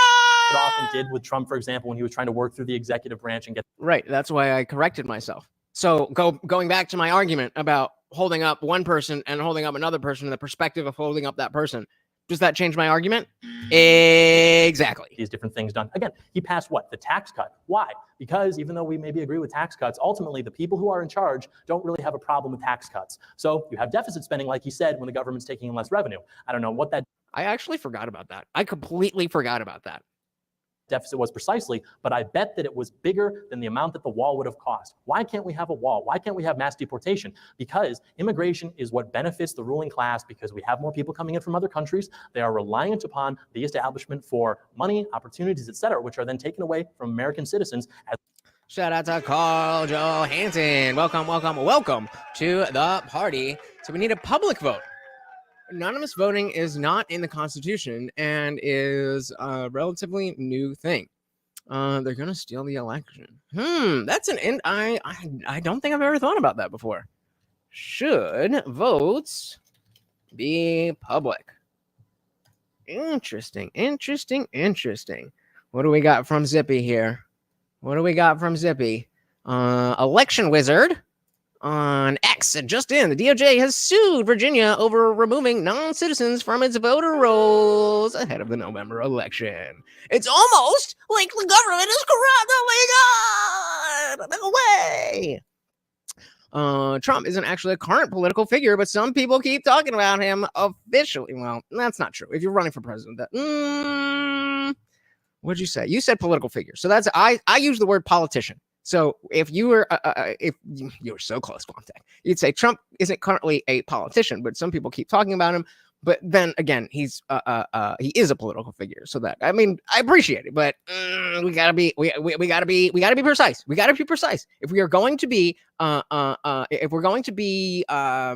the word? Sharp about our criticisms, we definitely have to be sharp on our own stuff. Well, David, I do appreciate you being here, and I appreciate you being willing to, come into a place where that most people are going to disagree with you. Of course, the same goes for Mood. I really do appreciate you guys. And you have a good dinner. Dilly dilly. Dilly dilly. Dilly dilly. You have a good one. And that's really, guys, real quick, that is what the community is about. That's what this community is about. That this is not the first time that either Mood or David and I have gotten into discussions. And as you can see, we go at it. But this stuff matters. This stuff matters. If you don't care that much, then you don't understand. And if you're too afraid to, number one, be wrong, or to show that, hey, I have these ideas and I'm willing to be wrong about that, then I don't know what to tell you. But for shout out again to David and Mood, and I really appreciate it. Like I don't think that I could be like, all I can do is be myself. All I can do is be myself. But and the I'm passionate about this stuff, so I don't blame anybody for not wanting to come in here and have me see the things, be like, this is ridiculous. I get it. But I am who I am, and I think I don't have to apologize. I think a lot of people on both sides of the aisle are very passionate. But at the end of the day, when we can understand that there is that baseline of respect, that we're still human beings, we still care about each other. We don't want harm to come across each other. We just want to explore these ideas. That's what this is about. So if that's interesting to you, if this is interesting to you, join the Discord server. It is fucking free. I'll concede. I'm not always right. Oh, really? King Nirvana said, I'll concede I'm mostly wrong. There you go. Gonzalez also like to argue that Fauci had more political power than Trump does now. Agreed. Mood said, you won't believe it, but I love being wrong. It's a painful process of learning. Agreed. And I feel the same way. And the problem is that there's so many dumb people on both sides of the aisle, or both sides of any issue, really, that it's easy to get defensive. It's especially when it's lopsided, where I'm just reading words. I don't know the tone of voice that you're using. I don't know the facial expressions that you have. So I'm at an advantage in some ways, but I'm at a disadvantage in other ways, and of course, vice versa. So that's where the after party really comes in, so we can really talk this stuff out. And I find that it's so much easier to be snippy when you're typing. When you talk to somebody, it's like, all right, I get you. I get you. Mood said, if Fauci was selling religious candles and his followers were drafting legislation to buy only Fauci candles in all schools and his followers made excuses for it, then I would agree that it's perfectly analogous. But that's not the analogy that I was making. I was making the analogy that there's a political figure, to use Guantek's word. There's a political figure that has a thing that is dedicated to them, whether they made it or not. Then you have a voter who looks at the thing for that political figure as, oh, I want that. I want to display this proudly, that I am in favor of this person. The candles and the Bible in that scenario are precisely and exactly the same. The representation of what those things mean and the reaction to the people who don't own the Bible or the candle is what I was comparing. That is the comparison. Carl said there's a video of a guy who dressed up as a Democrat registering people to vote, who went to one of the illegal immigrant complexes and didn't get a single hit because they were already registered. Oh, man. And of course, voting for Kamala. Like, yikes. All right, okay, let's keep it. Remember, we are attacking ideas, not people. Attacking ideas. Are relying. If it's on the screen, you can attack the person. You can attack me. You can attack them. And I can attack you. But y'all in the chat, keep it respectful. This is what I mean, man. This is what I mean. Like, so you...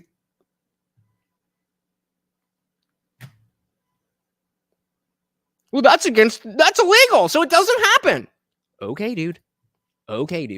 Because immigration is what benefits the ruling class, because we have more people coming in from other countries. They are reliant upon the establishment for money, opportunities, etc., which are then taken away from American citizens, as we've seen with the job growth, as we see with money that's going for relief, all sorts of different things. The Haitians, I don't know why, I was driving through Ohio to get here. I never thought I'd see a Haitian in Ohio. Nothing against Haitians. It's just, Oh, cheese, Jesus. apples and oranges, I guess. I don't know. But that should not be happening. We should not be prioritizing the interests of other people from all over the world like we have been during this administration. And Donald Trump dared to say that we can actually put America first. So this is where I don't know exactly where, but this is where he gets into specific groups of people. The fact that the Haitians or that ain't me. That ain't me. I'm not about that. I am from a proud immigrant family. Of course, they came legally, but illegal or illegal is the issue, not what race you are. Now, there's definitely a conversation to have about what cultures are more likely to be able to assimilate. I'm willing to have that conversation. But just saying that, well, we don't want Haitians in Ohio. What? That's racist. People from all over the world like we have been during this administration. And Donald Trump dared to say that we can actually put America first. And that is why they have done everything in their power, be it lawsuits to assassination attempts, which my opponent this evening makes jokes about and thinks they're actually warranted, to stop this man, because he upsets those orthodoxies in a way that no one else dared to. And actually, I will, in the spirit of David and Mood, I will shout out that both of them were very gracious on July 13th. So those are they are not those kind of lefties. Carl said, Haiti, come for the voodoo and animal sacrifice, stay for the cannibalism. There you go. They're actually warranted to stop this man because he upsets those orthodoxies in a way that no one else dared to. Thank you very much for that 5-minute rebuttal. We'll switch back to Stephen for his 5-minute rebuttal. Stephen. Okay, so before we go there, let's head back to our poll. Guys, replay gang, let me know what you think in the comments below. Should votes be public? And 71% of you said no. It's an interesting thing. I do think that the privacy is a strong factor in getting people's true desires of what they want to vote for. I mean, how many, if the voter rolls were public, how many Trump voters would simply have not voted for Trump? So I'm with y'all. Keep that private. It's just nobody else's business. Like I get that there is issues with legitimacy, but that's not a justification to tell everybody who I voted for if I don't want to tell everybody. I'm very open about it, but it's my freedom to not be. And not giving that up. Not without a fight. Oh, wait, we don't need that. The floor is yours. The floor is yours. Hey, tell me when I'm getting on time, okay? Because I don't have a timer in front of me, okay? Will do. Okay. All right. Or give me a 30-second notice. Okay. Okay. Well, Donald Trump talks about draining the swamp. I'm sorry. Donald Trump is the swamp. The most effective swamp that Donald Trump drained were his own cabinet members. When every single person around. Yep, agreed. Yeah, when he came in, he had some bad people around him, and there was no good people around for him to choose from because he was already coming into an establishment. And yeah, I don't think that is something we overlook. I think that's something that we fold into the grand calculus of what happened. There was a lot of people that he saw, oh, this is not the right person. I'm not a politician. I'm a fucking a businessman and fucking TV host. I don't even know how much business he was really doing in 2016. I think everything was pretty much set where it was. If some new Trump stakes or something was coming out, then somebody else is working on that. And he's just sitting back playing golf and watching Fox News. And so I'm willing to give some grace there. And if you show an improvement, I don't see why there is. I don't see why it's ultimately relevant if you've improved on the thing. Like, yeah, he messed up. He's not perfect. Is Kamala perfect? Okay, then why are we talking about perfection? Found a guy, whether be it his personal people like Cohen, be it his own cabinet members like Rex Tillerson, people like Mike Pence, be it his own family members or his wife like Melania, who did he fire in his own family? Doesn't want to even be seen with him, whether it's other people in office who are begging him to call off the rioters on January 6th, like when him and McCarthy got into a fight on the phone. Every single person that has worked with Trump says that he is trash. And every single person that's worked with Trump says he's trash. Or do you mean all of the people that Trump fired for being assholes said he's trash? Come on, bro. Like, really? Really? So I can't find anybody. Oh, yeah, Trump's great to work with. I can't find that. he is trash. How can you scream about having Jabba the Hutt draining the swamp when he is the swamp? Everywhere he goes is a swamp. If Donald Trump hadn't done The Apprentice, he would be a brokey crackhead wandering the streets of the Bronx. I thought he was so worthless because he got $1 million loan. Now he's gonna be a crackhead? Or Manhattan trying to get a hit. He is a loser in every single part of his life. And the projection. I mean, the man is the former president. He's a loser in that aspect of his life for being the president. Not as cool as Destiny the streamer. Okay, bro. The streets of the Bronx or Manhattan trying to get a hit. He is a loser in every single part of his life. And the party backing him right now are losers. And I don't mean that in the abstract sense. And he's going to be the same type of person to be like, division. He's dividing. Your entire thing has been orange man bad. You have not said anything good about anything about the Democrats in general or Kamala. You're just saying orange man bad. This is not convincing. We already know that you don't like Trump. We already know that. If you want to convince me or anybody else of anything, you need new information. You need new arguments. You need a new perspective. Just saying orange man bad over and over and over and over and over again for 9 years. 9 years. Shout out to Matthew King. Welcome to the party. Said he's a cuck to Destiny. Hey, got him.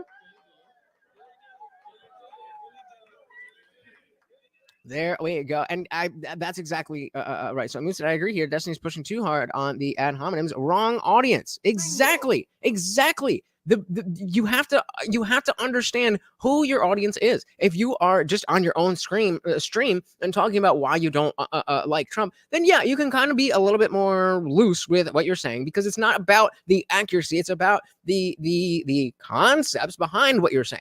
But in this context, especially when it's a more formal debate, and it's not just a podcast or a Twitch stream where they're streaming Discord.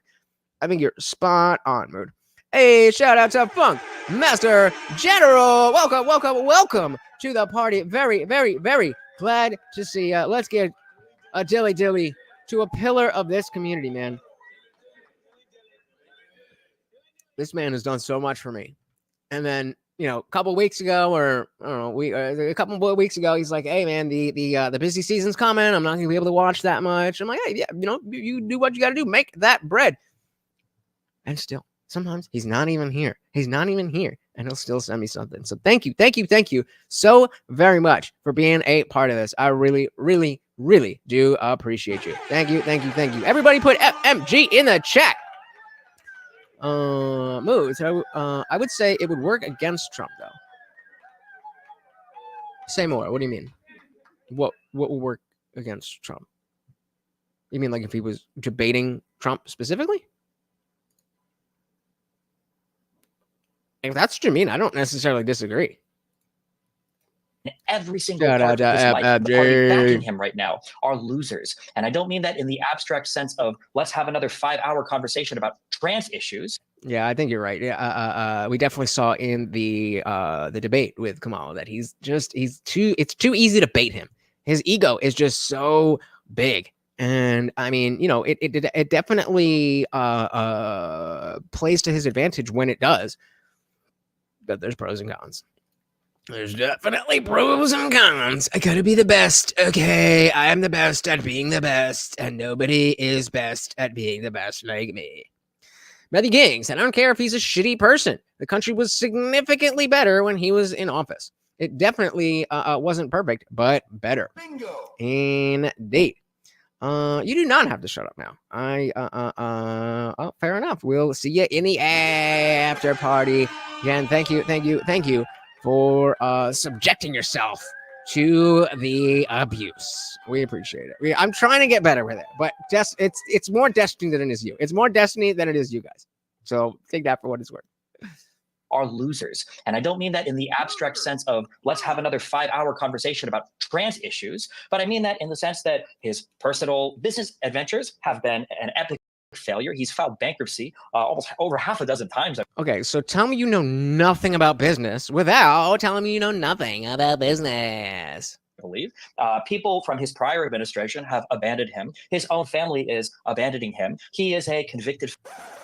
Whose family's abandoning who? Who's? I thought it was Tim Walz who had a whole family photo, sans Tim Walz, that says Walz for Trump. Projection. This man gonna get me drunk, man. This man gonna get me drunk with all his projection. Felon, for a good reason too. He's you convicted felon. So you're telling me, you are telling me that if we look into Kamala Harris's past, when we know that she kept people for slave labor when there was exonerating evidence because she wanted the slave labor for firefighters, that either that's not against the law, or it shouldn't be against the law, or it's not worse than it's not worse than paying off a porn star for consensual sex. Okay, dude. I think that's the new shirt. I think that's the new shirt. I think that's my elevation. Is to I'm getting there. I think that's the new thing, because I do get a little too worked up about crazy ideas, and it's like, I mean, all right, okay, dude, if that's what you think, now I know. Also, now we know what happened to Ronald McDonald. what?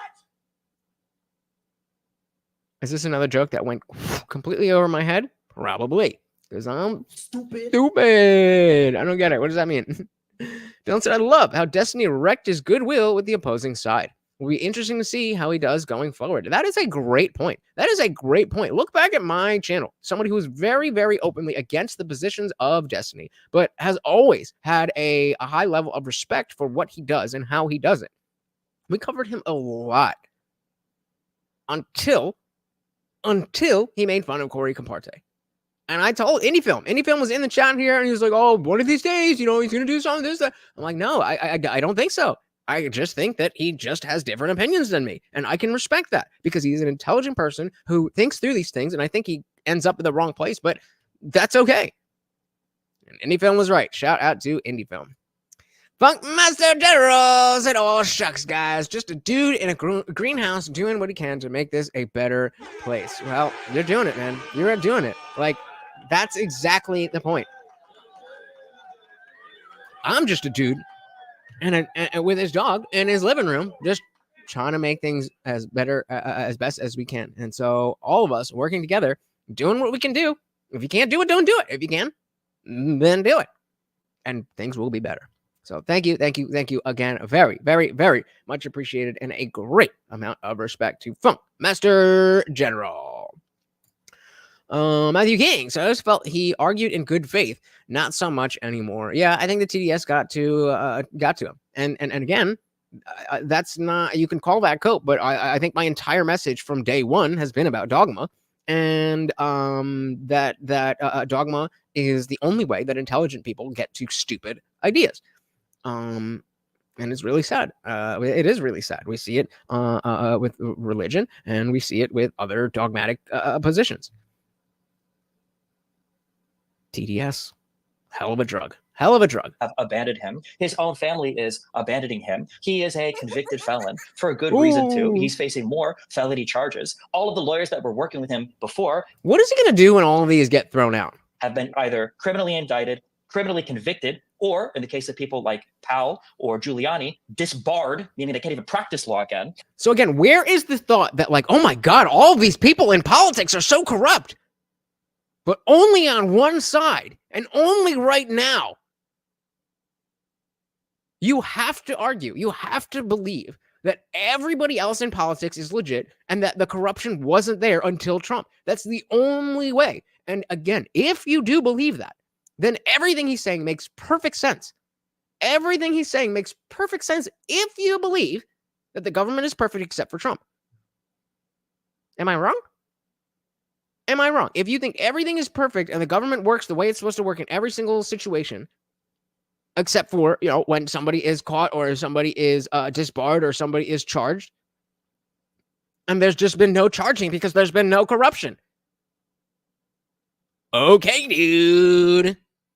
Gonzaga said Destiny will just double down on everything else and act like he never talked about the criminal convictions if they get thrown out. Facts. Hey, shout out to Soil too. Soul shout out. Said for the master mascot Morty. Triple M in the building. Thank you. Thank you. There you go. I gotta put it right in front of your face. Thank you. Thank you. Thank you so much. Well, we won't split you with a penny, so we'll make you the new co-sponsor of the stream with Carl's Frosted Tips. Thank you, thank you, thank you so very, very much. Let's grab a couple more of these and then jump right back in. Yeah, that was a step too far for me as well. It's just too much. Glumsex said Destiny's main problem seems to be that he can't ever admit when he was wrong. I see that too. And that is a big thing where I am so willing to be wrong because from the very get-go, I was never like, hey guys, I'm going to tell you what's good. From the very beginning, it was always like, hey, let's together watch this and discuss. I feel like I have some unique insight, but that has nothing to do with the whether or not you have unique insight that may be more unique than my insight. And seems to be doing better. Dylan said, I know what to see. I now want to see Destiny have a meltdown over Bragg, Mayor Adams, and those other guys in New York getting hit by all the same alter laws that convicted Trump. It's a coming, baby. It's a coming. Hey, our boy. Oh my goodness. The $2 to $5 match is on. So anybody who gives $2 or anywhere between $2 to $5 in donations, Funkmaster General will match that donation and get another treat for Morty. My goodness. You guys are amazing. We now got a triple sponsor. Thank you. Let's dive right back in here. Felony charges. All of the lawyers that were working with. Oh, I miss Bill Bradley. Shout out to Bill Bradley. Welcome. Said Destiny drank all the J6 Kool-Aid and it broke him. He thinks there was a grand conspiracy to steal the nation, that democracy is on the line. He's full-blown TDS at this point. For all his intellect, Destiny turned into a standard liberal like any other. Same brain rot. Destiny just read more than most, but wound up with the same leftist brain rot. Well said, sir. Welcome to the party with that. I mean, again, how do you disagree? How do you disagree with that? I don't see how you can look at this man and not see that change. I don't get it. Welcome. Let's dive back in here. Thank you so very much to our triple co-sponsor. He is a convicted felon for a good reason too. He's facing more felony charges. All of the lawyers that were working with him before have been either criminally indicted, criminally convicted, or in the case of people like Powell or Giuliani, disbarred, meaning they can't even practice law again, or Eastman as well. So the idea that we need to drain the swamp. Trump is the swamp, and he surrounds himself with the swamp. I've never seen people so gleefully line up to celebrate when a guy says, I fired the bad people, ignoring the fact that he hired the bad people too. You can't complain and cry. Oh, so you mean being perfect is the only way? So you hired the wrong people, and you were willing to say, oh, I hired the wrong people, so I fired those people. And that's a bad thing in your eyes. So you want him to be like, oh no, I hired the wrong people, but I gotta look good, right? Because, his ego is so big that he's gotta look good, right? Doesn't matter about America. But here you are making fun of him for it, and yet he still fucking did it. So which one is it? Does he not care? Or does he have everything fucking down the line? Pick one. The guy says, I fired the bad people, ignoring the fact that he hired the bad people too. You can't complain and cry about your own administration when it's your administration. Why not?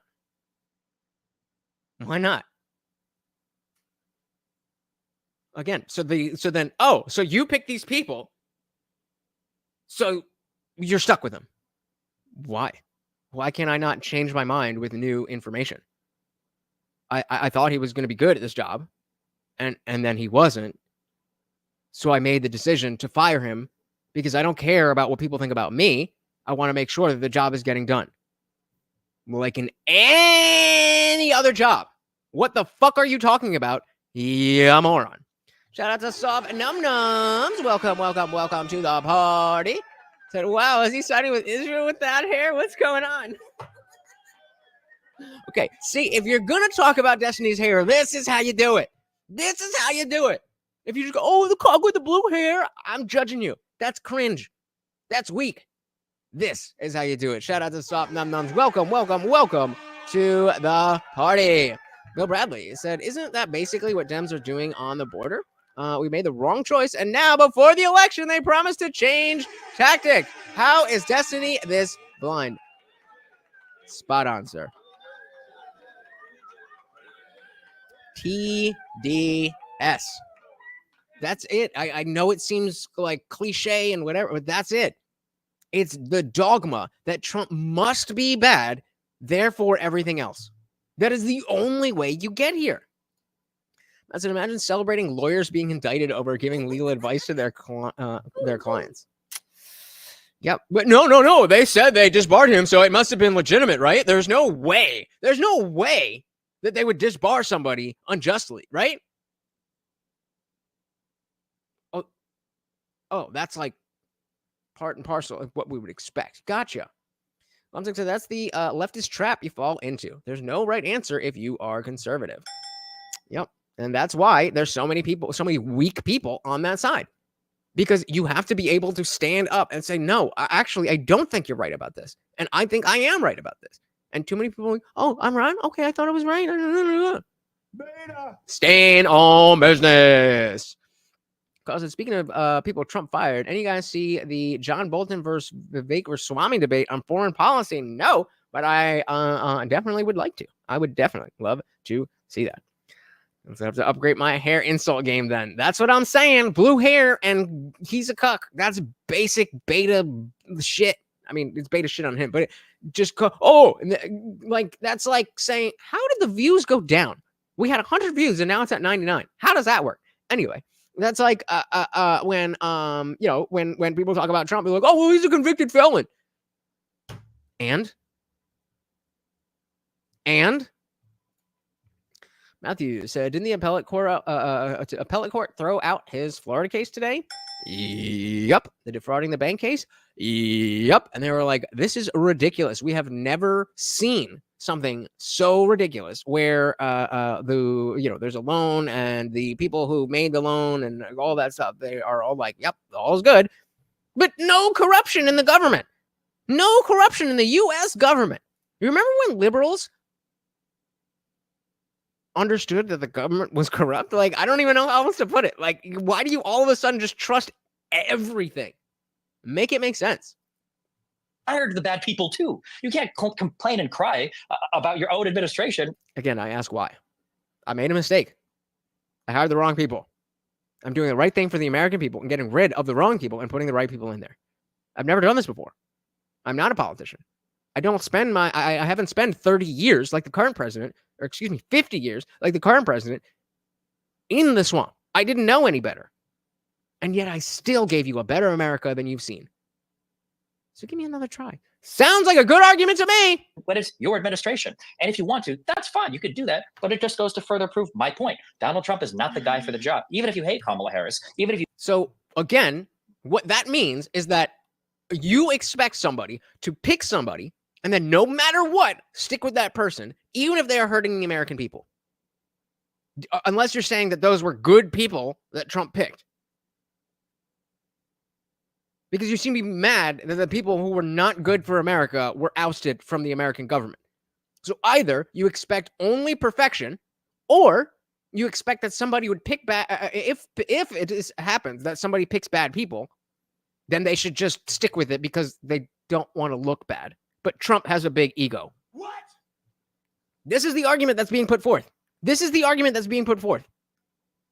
If you think that Donald Trump's policies are good, he's clearly an ineffective leader. And I'm not willing to sit by for another 4 years while this guy takes another run at the office to see if maybe he can figure out how to do his job this time, because he clearly was incapable of doing it last time. Oh, because Biden is clearly capable despite being in the government for 50 years. Oh, things are way better under the guy who's been doing it for so long. Like, again, man, there's no substance to any of these arguments. All of these arguments just say, well, he wasn't perfect. That's the bottom line. You hate Trump because he wasn't perfect. That's it. The Republicans, for the first time in the history of the United States Congress, weren't even able to keep their majority speaker seat because there was so much infighting in the party. It's absolutely insane. Right, because all of the rhinos did not agree with the fighting of the establishment. That is exactly what you would expect with a populist candidate when you have an overly regulatory and invasive establishment. That is precisely what you would expect. That is precisely what you would expect. What else would you expect? Look at a party like this and think they're capable of governing. That you have a president that is trying to aggressively witch hunt into the ground all these people. You want to bring up concrete facts again? Look at Roy Collins. Yeah, Bill. Oh well, I guess I don't need that. Bill said, from what I remember, Obama spent his entire 8 years passing the buck onto his appointments when things did not go as planned. It's how he kept his reputation intact despite having a dubious term. And then, of course, there was some clip. There's some clip I just saw today of him being like, you know what, Donald Trump talks about his economy, right? Well, that was my economy. Was it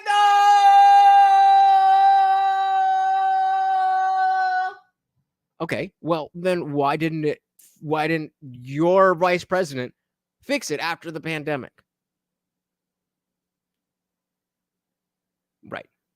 Response in North Carolina today compared to under Trump's administration when they put in a request for some 800, I think it was what, $800 million, and they got. Oh, we're going to talk about money now. We're going to talk about money, and you're going to say we can't go with Trump because he spent too much money in the wrong places. Like 8. They got 1% of the requested aid. You could Google this. North Carolina, 2017, requested financial aid, requested federal aid. You can find this. This is all real. Okay, so then you're bringing that up because Biden was so good on what's happening in North Carolina right now. Like, you're not making an argument. You're just saying Trump is not perfect. That's all you're doing. I seem to remember when saying Russiagate was a witch hunt made leftists spin their heads around and would lose their minds. I mean, depending on who they are, we are still in that time. They're all facts. There's no way to hide from them. You know what else is fact? You want to talk about draining the swamp? Why do you have pardon lists that people like Giuliani and Eastman are referring to when they're working for Donald Trump? Because of the same corruption that we've been talking about this entire time, Destiny. Why are these people going into office assuming they're going to be breaking crimes, asking to be put on a pardon list afterwards? Why is Donald Trump pardoning people like Manafort, who's proven to work in Ukraine, you know, the thing, and taking money without declaring it, the things that the Republicans so desperately have been trying to accuse Hunter Biden of doing for years? Okay, I don't know the specifics on that one. Why is Donald Trump pardoning people like Blackwater contractors? I bet you he'd give you an answer, though. Who were responsible for massacres the country of Iraq. I thought we didn't like foreign intervention. I thought we didn't like this type of like foreign policy. I guess unless Donald Trump is saying things like we're going to kill the terrorist families or we're going to take all of the Syrian oil fields. Oh, so now you're against war. So war is bad. That's what you're saying. Like a president that goes to war is bad. That is, okay. All right. I'm just following your words, homie. I wish the Republican delusion was just about dinosaurs or oil, but unfortunately, the Republican delusion runs far deeper. And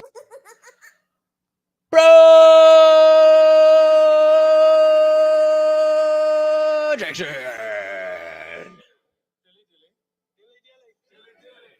The Republican delusion. Okay, dude. It's far sicker. You heard. It's far sicker. It's far sicker. It's far weirder to want families than to want to trans the kids. That's so weird and sick. But delusion was just about dinosaurs or oil, but unfortunately, the Republican delusion runs far deeper and is far sicker. You heard Doyle laugh and joke and say, well, you know, you got to pass legislation and figure out. I called it! I called it! I called it! Oh, my God! You took the bait, Destiny. You're cooked, my friend. You think that wasn't a joke? Maybe I'll be wrong. Maybe he was dead ass serious.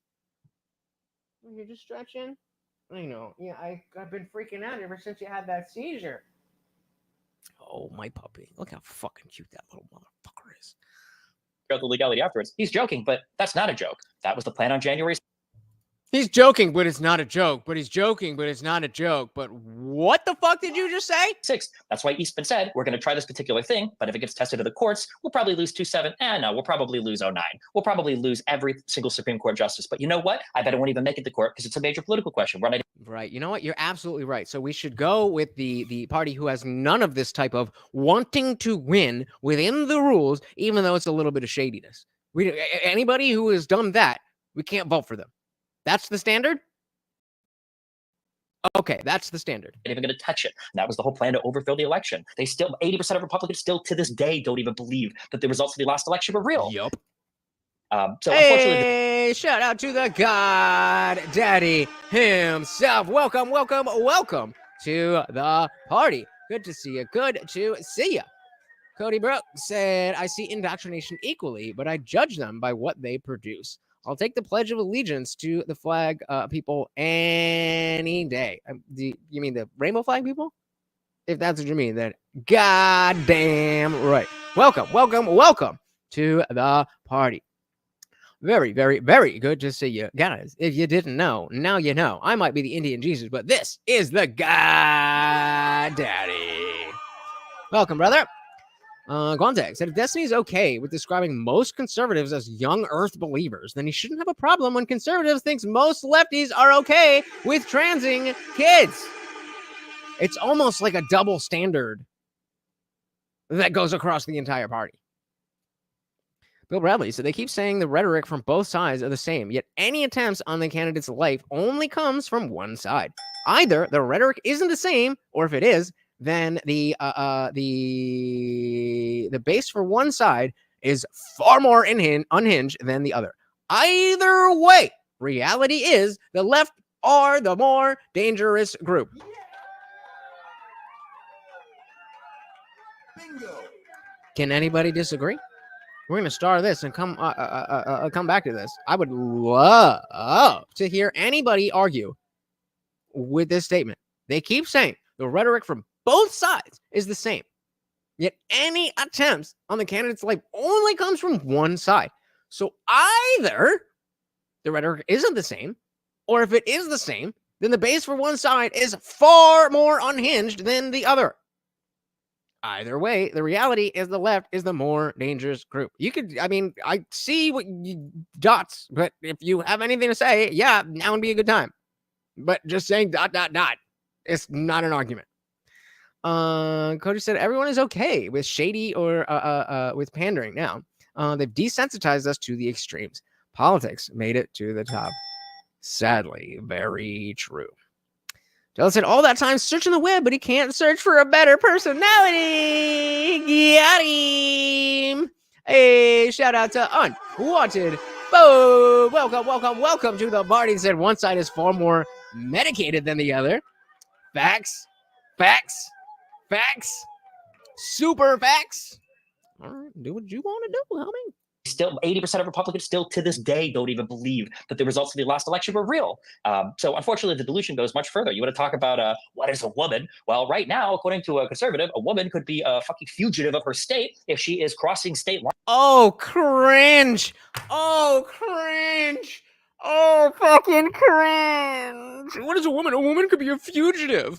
Oh, my God. That's so fucking, like, okay, if an actual politician said this, and I'd be like, okay, not bad.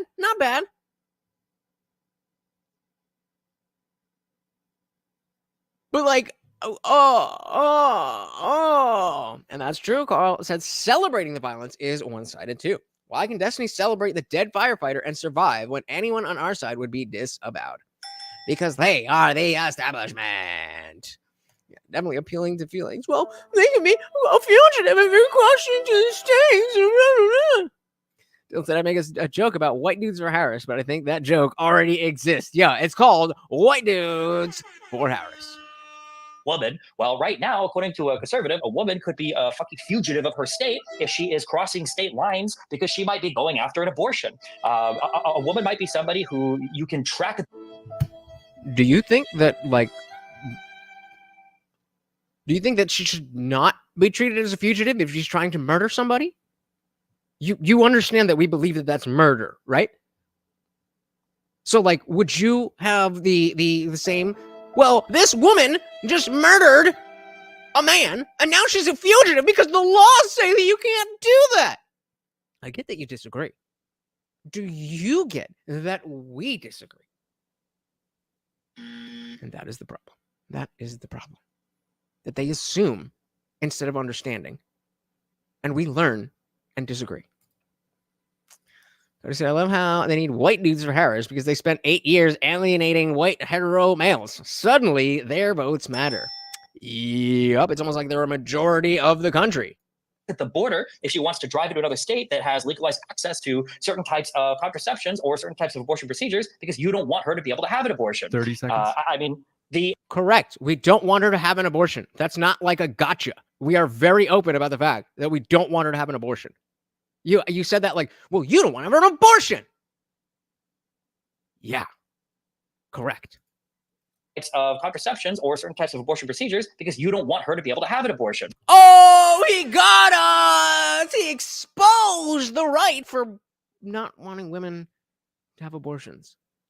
Not news, my friend. 30 seconds. I mean, the idea that Republican delusion, doesn't run as deep as it does and isn't. And so again, we are now 30 minutes into their discussion where they're just going back and forth and not arguing and not getting into the weeds about anything, just saying the things that we want to say. He has not said one word about anything that Kamala Harris will do. Literally, everything he has said is orange man bad because he's not perfect.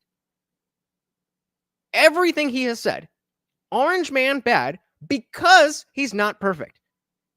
Taking it a step further.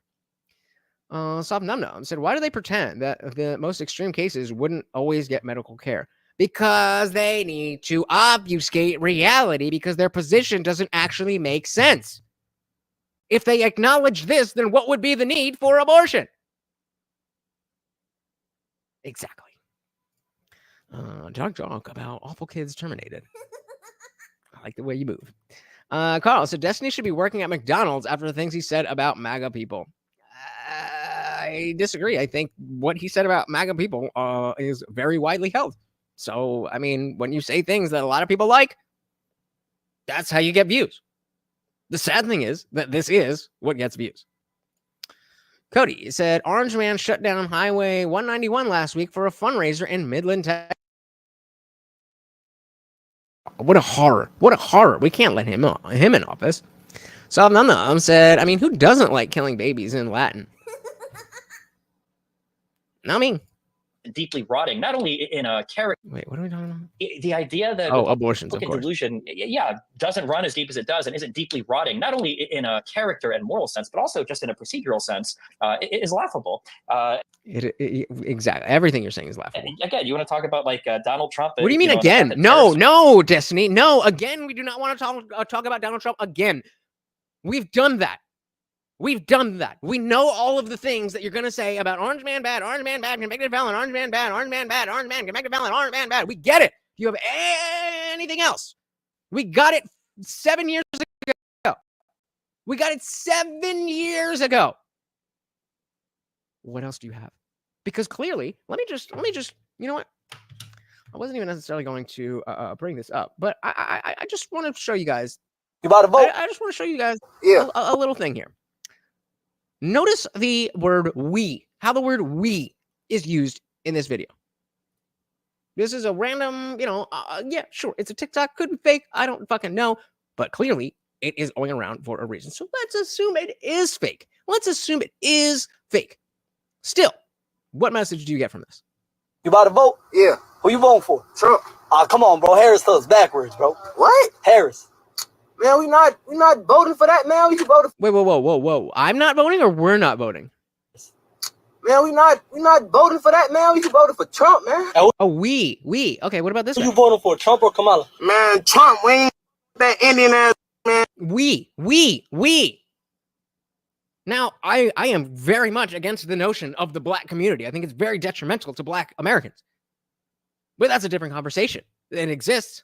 And they believe they are all in the same group or something like that. Now the whole group. We don't fuck with that bitch. Man, Trump, we ain't that Indian ass, man. Who, Kamala? Yeah, we ain't. Why you don't f*** her? Cause she them immigrants. I'm black. So why you ride with Trump so much? Them Venezuelans taking all our bread. Hey, Trump So you're gonna call them racist? or Kamala? Shit, Trump, to be honest. Why Trump though? He used to keep immigrants out, so we was able for us to get jobs. It's hard for us to get jobs. But what's a black job? What's a black job? Nah, shit, because immigrants taking over. And they do it better than us, though, but they taking our, man. All right, so this election around, Yo, he's like, they do it better than us, but we still need the jobs. you voting for Trump? Hell yeah, fuck Camilla, fuck. I ain't even gonna lie. I'm not for her. Her ass swellings, for them. That's over with. I don't with her. Like, what would make you want to vote for Kamala? I ain't gonna lie. We was the last 2 people on earth. Still wouldn't do that shit. Damn, On bro grave. it's like that. Yeah, it's like that. I don't with her. I go with Trump. She ain't no good. I'll put it like that. So whoever wanna believe and go with her, check her history. Y'all turn around then. So you wouldn't vote for a black woman? It's gonna be the first black woman in office. Let me tell you something, man. Ain't no man is gonna listen to no woman. Period. Not in y'all country or my country or another country. There's no man gonna listen to no woman. I mean, but we can make history. Man, we could, but it's not gonna be history, bro. That's gonna start World War III soon as she get in. Kamala or Trump? Huh? Trump? Yeah. Ah, come on, bro. Kamala till it's backwards, bro. What does that mean, Kamala, till it's backwards? Kamala, we voting for Trump, boy. Oh, another we are voting for Trump. What you talking about? You know damn well we don't Kamala. Why? Trump. Why, bro? Give out free stamps and everything. You tweaking. Yeah, that's how you feel. Ain't do shit for us. You tweaking. I ain't gonna lie, bro. I vote Kamala. Man, we you and Kamala. Come on, bro. I can't even have my opinion. Damn, bro. Bro, you voting for you, so you with that all them Venezuelans? You with all that goofy? Yeah. Nah, ain't no yeah. You that's why I shit f***ed up because of you. Are great. I don't know. Oh, okay. Well, that worked out too perfectly. Beautiful. So, I mean, I'm just saying that, like, unless we're saying unless Destiny's willing to say that all those people are wrong and stupid and racist, then I don't know what I don't really know what we're talking about. So, yeah, definitely. Yeah, that's a whole other different conversation. I agree with you, but like, the point was made. Bill said they continue to say Trump was always corrupt. Like, that does not make them look worse. If he was always corrupt, but the system is only going full force at him now, the left just admits it's political. Yeah, but they don't understand that that's what they're saying. So that's why they say it so full-throatedly. They say it's with so much pride. And it's like, ugh. Cody, you said they were used by the Democratic Party for 60 years and realized they only get propped up for voting, then forgotten. They are very vocal about this on Twitter. Soft moms, come on, man. I want to vote. Said white people are scared to call black people racist when they're being racist. It's hilarious. Carl said rappers always love Trump, and now that he is forbidden, it's making them like him even more. Not a big fan of black culture, but I'll take the votes. Great. I think black culture is very detrimental to black Americans, and they would be much better off not needing to feel kinship with other people that are strangers just because they are melanated similarly. But, you know, call me racist. Wanted to post. So Kamala will be the first 5% black woman in office. Dylan said Kamala can't do backwards. She started drinking at 9. Hey. Something said Harris backwards and it doesn't. And what? Is this going in a different direction? I don't know what that means. Bill, so the black faces of white supremacy. Haven't you ever seen a race hustler explain a black conservative before? Yeah, I mean Larry Elder. I mean that guy, the real blackface of white supremacy. Is laughable. Again, you want to talk about like Donald Trump, and the fact that tariffs are great. I don't know where that 95% number came from, but Donald Trump's big crowning achievements were tax cuts, which was deficit spending, and renegotiating the NAFTA agreement into the U.S. Mexico-Canada free trade agreement, now which he wants to completely destroy with tariffs. So even a little bit that he did accomplish was either just deficit spending, like they accused Democrats of doing, or something that he wants to blow up as soon as he gets into office anyway. So the world is exactly the same as it was when he put that in effect, and now nothing's changed. Genuine question. I genuinely don't know what he's talking about. But I would assume that if he said, hey, this is good in 2020, and now in 2024, he's like, this isn't good, then it probably has to do with the fact that something changed. Namely, the fucking president and the face of the United States. Time. Thank you very much, Stephen. God, he said, we need to start calling people the cis face of trans supremacy. I love that. I don't know where to I don't know where to use that. But this is brilliant.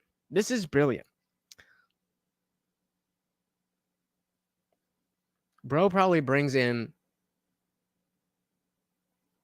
at least $250,000 a month. At least $250,000 a month.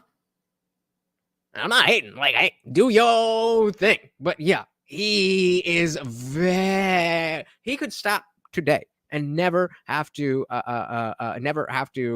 work again. So I mean, when the show is over. So typically we run 2.5 hours. We just passed the 2-hour mark. So thank you for letting me know. And of course, we got our boy Unwanted Foe with the $2 to keep the party raging. Let's make sure. Oh Jesus, I don't know. Let's say make sure that Morty gets his treat. And then our boy matching it. Thank you, sir. I gotta pull out more treats. I didn't expect so much blessing. Oh my goodness. Thank you so very, very much. Let's keep this party raging. Like they accuse Democrats of doing, or something that he wants to blow up as soon as he gets into office anyway. Time. Thank you very much, Stephen. We'll now move into the prepared questions. So I have one for each of you. We'll start with John. Ooh, okay. So I watched this on Wednesday or whatever when I first did this, but I watched it like while I was setting up the stream and whatever. So by this point, I don't remember anything that's happening. So let's see. All right. First, let's grab from Bill Bradley. So for all Destiny's supposed expertise on the Middle East, he works hard to ignore a major Trump accomplishment, the Abraham Accords.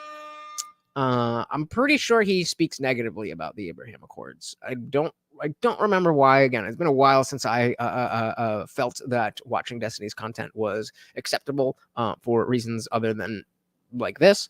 But yeah.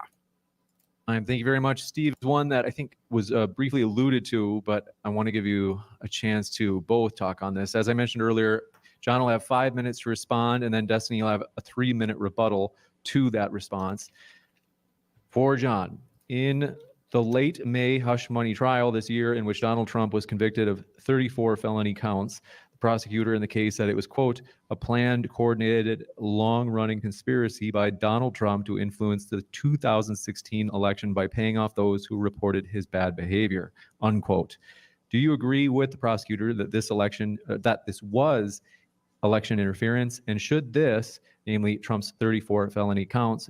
Shout out to Bill Bradley. Thank you so much for all the great commentary, and always good to see you. Have a fantastic night. This was election interference, and should this, namely Trump's 34 felony counts, be a relevant factor for citizens deciding who they'll vote for this November? I think it was a witch hunt. I don't think it's a relevant factor. And I don't think anyone actually thinks it's a relevant factor. Unless you have TDS. I mean, his approval rating, his polling didn't significantly drop. You are simply firing at the hip, and you plug in convicted felon when you are attacking Donald Trump. Yep. But if it weren't convicted felon, then it would be, well, he was charged as it would be whatever it has to be to simply paint Orange Man as bad. Just like it's, I mean, in 20. It's almost like that was the entire point. It's almost like the government is not perfectly above board. It's almost like there's corruption in the biggest government in the world. Well, that's a weird thought, isn't it? 2016, it was the Russia collusion, and we've had things ever since then. We've had multiple impeachments, just painting this guy as like an absolute threat to democracy, literally Hitler. But then he gets in office, and things are more or less like okay. Actually, it's not the end of the world. His supposed delusion does not more than okay. Not seem to be manifesting into the way that the country is, in the way that the Biden administration or the Harris administration, which seems to be operating, I guess, on not delusional ideas, is actually manifesting in lower qualities of life for everybody who's in this country. I mean, real house net worth is down, incomes are down, crime is up, unemployment. Yep. I mean, people are not happy. Again, are we disagreeing with any of those things? Are we disagreeing with any of those things? With the way things are going. If Trump is so delusional and crazy, why is it that he had higher approval ratings at this point in his administration than does Biden or Kamala? I mean, Kamala had the lowest approval rating for any vice president before the incentive was given to be a cheerleader for her because she became the nominee after Biden had to step down and everything. So yeah, I absolutely believe that it was fake, and I think that voters are and should be disregarding it because the question is ultimately not about these sort of trivialities. It's about who is going to actually create a better life for Americans. I think I laid out very clearly in my opening statement that Donald Trump can do that, has done that, and will once again do that. And I'm having to sort of deal with these things about Trump firing neocons, and I'm supposed to be really upset that that happened. Like, yeah, I mean, if you're going to build a foreign policy establishment and you want to posture as being strong, I'm going to hire the guy who wants to like make, I don't know, the entire Middle East into a parking lot because I want them to know it's there. I might do it. And then when, you know, we have problems, maybe we fire him or things like that. Like that computes to me. That makes sense to me. That is exactly. And Destiny is incapable of seeing that somebody might think this way. And that is a reasonable thought that he happens to disagree with. No, you're bad and stupid. You don't get it, and you're bad and you're trash. Okay, dude.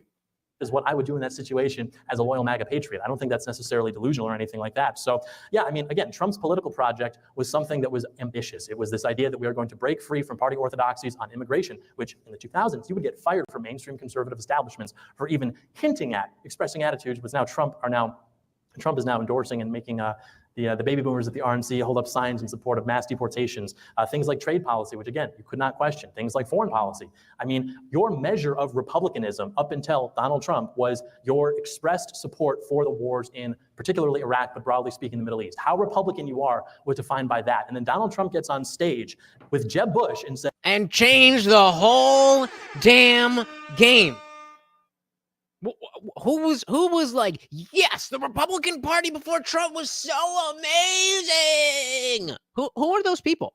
As actually, the towers came down under your brother. We weren't safe. It was a big fat mistake. And he was booed. People forget that. He was booed by everybody in the audience, all the donors, all the special interests. And me at home. And so this guy's not a leader, yet in the last 10 years, he has wrestled control of the party and made it his own. I don't care if the swamp has a problem with that, and there are hurdles. Obviously, we're trying to drain the swamp. You think these people are going to go kicking and screaming? I mean, they're theater kids. What else would they do if not work in D.C. as complete losers and sycophants? Got him. They're fucking loser theater kids. Cody said, I never cared about politics until my daily news feed was Trump did bad thing. Every freaking day for 8 months. I started fact checking the news. They woke people up on accident. That's me. Same shit.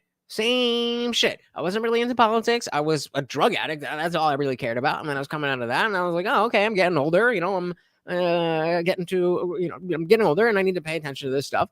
And I definitely missed out. Like I've told you guys the story before about when I was in college, and I was just smoking weed in one of my friends' dorms, and then I was walking back, and the demographics of my school, shout out to Rider University, it's mainly a business school, and then it's a D1 it's a D1 school, but we don't have a football team, and so the basketball team is a big deal. So you can again, I went for psychology and other stuff, but most people are there for either business or for basketball.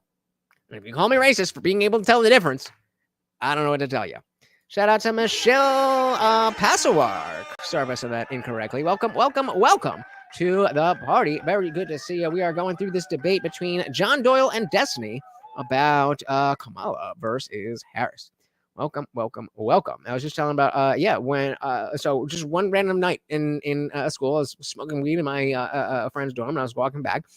And like I said, there's the business school, and then there's the basketball team, and then there's, other little people. So it was a bunch of basketball people. There was a bunch of black people out in the courtyard celebrating and whatever. And I was like, what's going on? What's happening? I went inside and realized that was the night that we got our first black president, and I had no idea.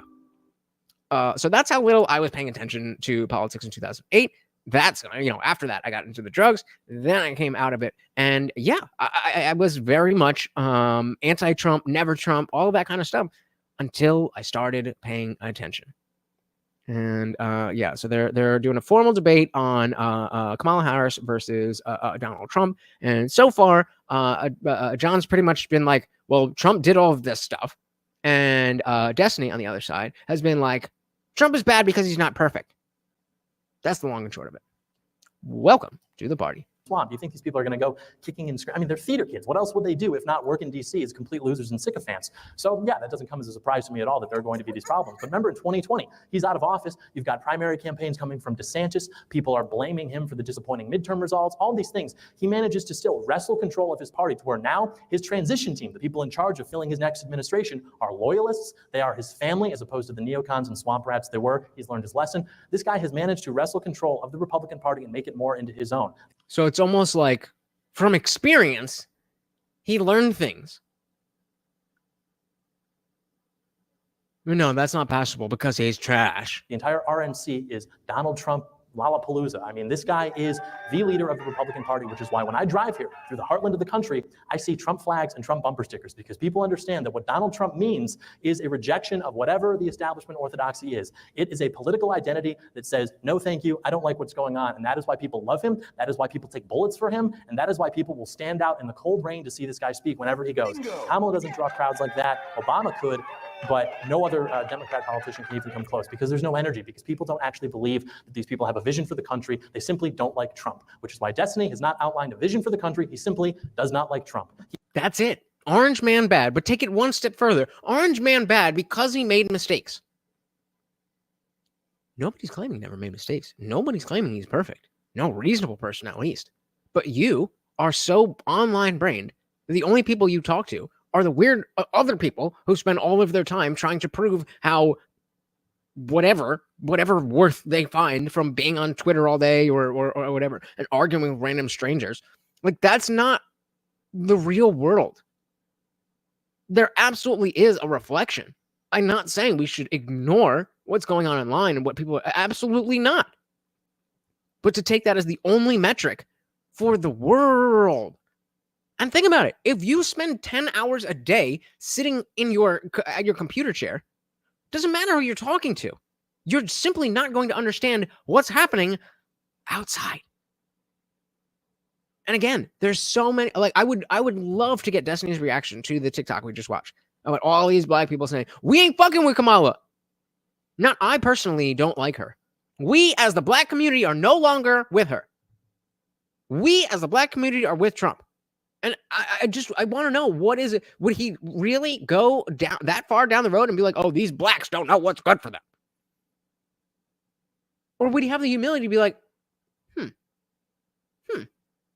maybe there's something here? I think you know the answer.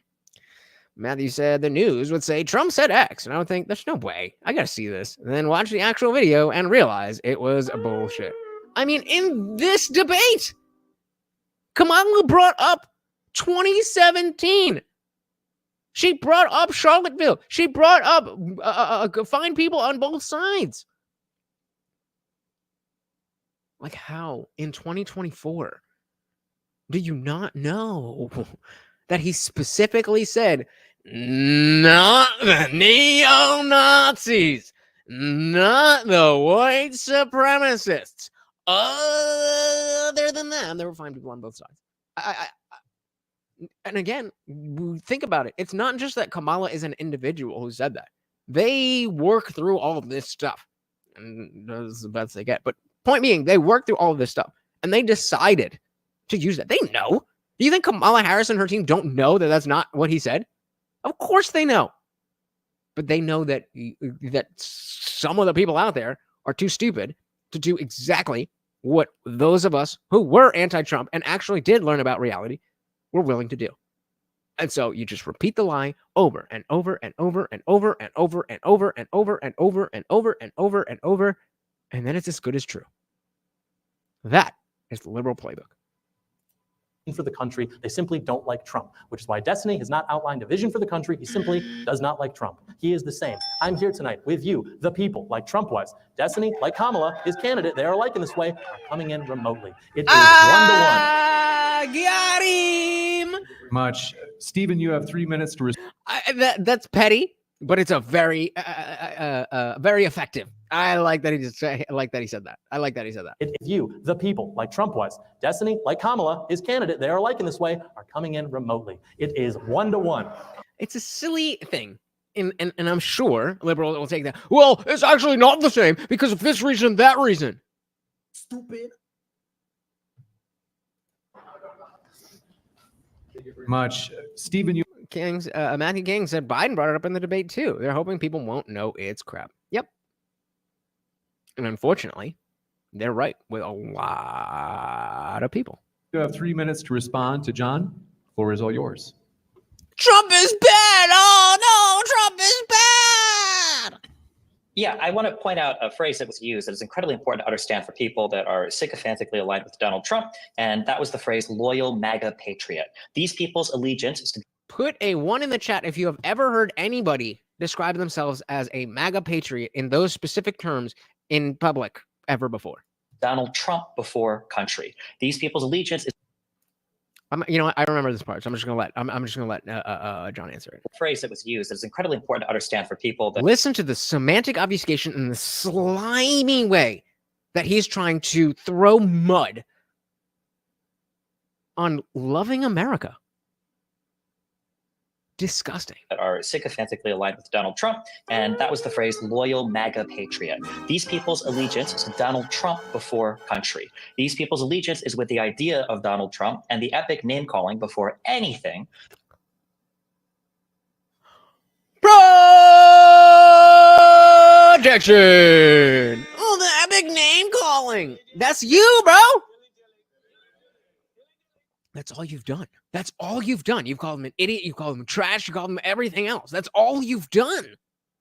And that's fine if you want to do that. But you can't then be, well, he's name calling. Then, motherfucker, what are you doing?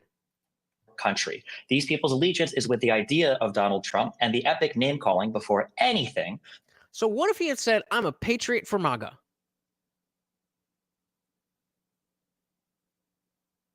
Would that be a meaningful difference? Or is that just how the English language works? Because patriot MAGA is not how you would say that.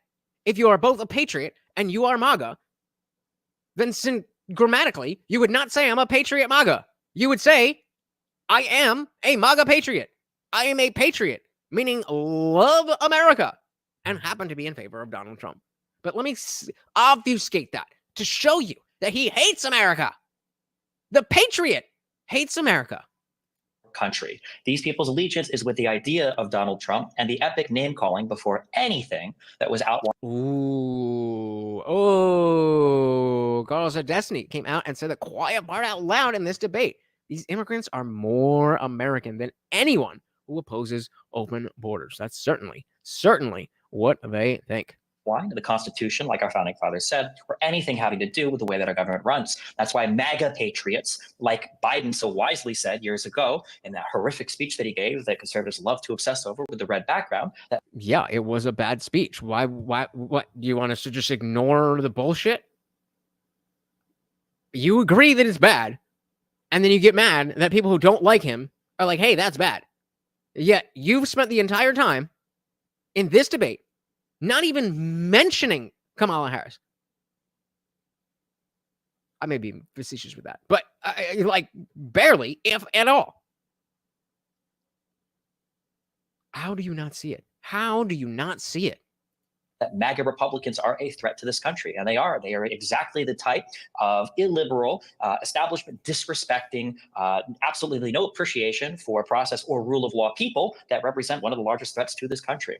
Says the person who's like, yeah, lawfare, take them down no matter what. Use the judges that specifically ran on saying that they're not going to be impartial, but they're going to hate and lock up Donald Trump. That's the America that I want to live in.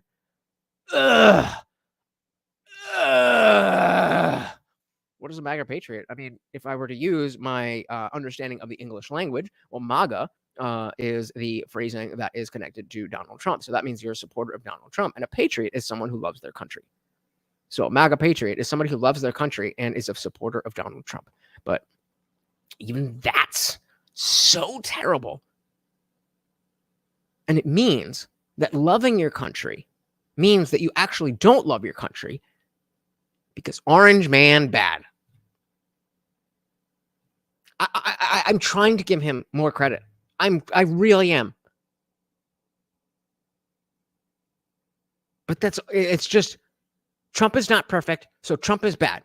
Trump is not perfect, so Trump is bad. Trump is not perfect, so Trump is bad. Say another thing, dude.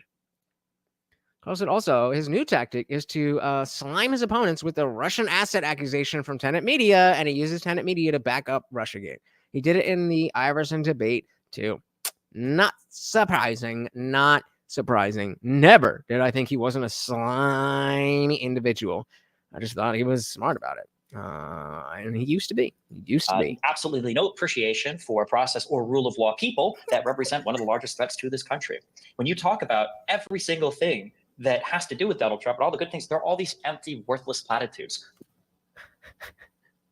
Like all of the good things that you've said about Kamala? What? Where's the legislation? Okay, where's the legislation from Kamala? There's none. If Oh, and from Kamala, there's... Donald Trump couldn't get legislation passed besides tax cuts with both houses of Congress, why? Oh, no, tax cuts! Oh, no, we need more taxes! No, we need more taxes, please! Oof. Dylan said it was a bad speech with an awful set design and an angry old man yelling about others. But meat kettle. Bingo. Spot on, sir. There's none. If Donald Trump couldn't get legislation passed besides tax cuts with both houses of Congress, why would I ever expect him to get anything done the next time when he doesn't have both houses of Congress?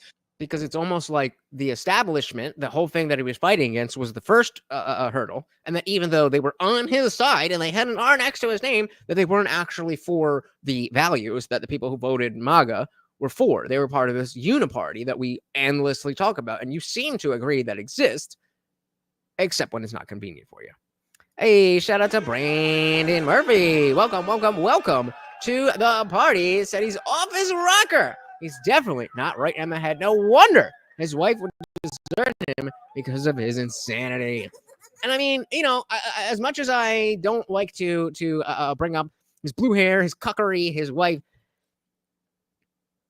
it does speak to, like, if you've seen pictures of the dude, like, it really just does speak to, like, because I've heard her speak. Like, she's not some ditzy, dumb girl. I mean, she's, you know, whatever. But she's not some ditzy retard.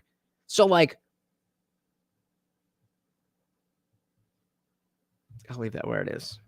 Thank you, Brandon. Welcome to the party. And screw it, what does even having both halves of Congress mean? I should say all three halves of Congress, because in the House, the Republicans couldn't even keep their own party together. So the idea that Donald... Okay, exactly, Destiny. Exactly. The Republicans were split. Some of them were on your side, like Liz Cheney. And some of them were on our side.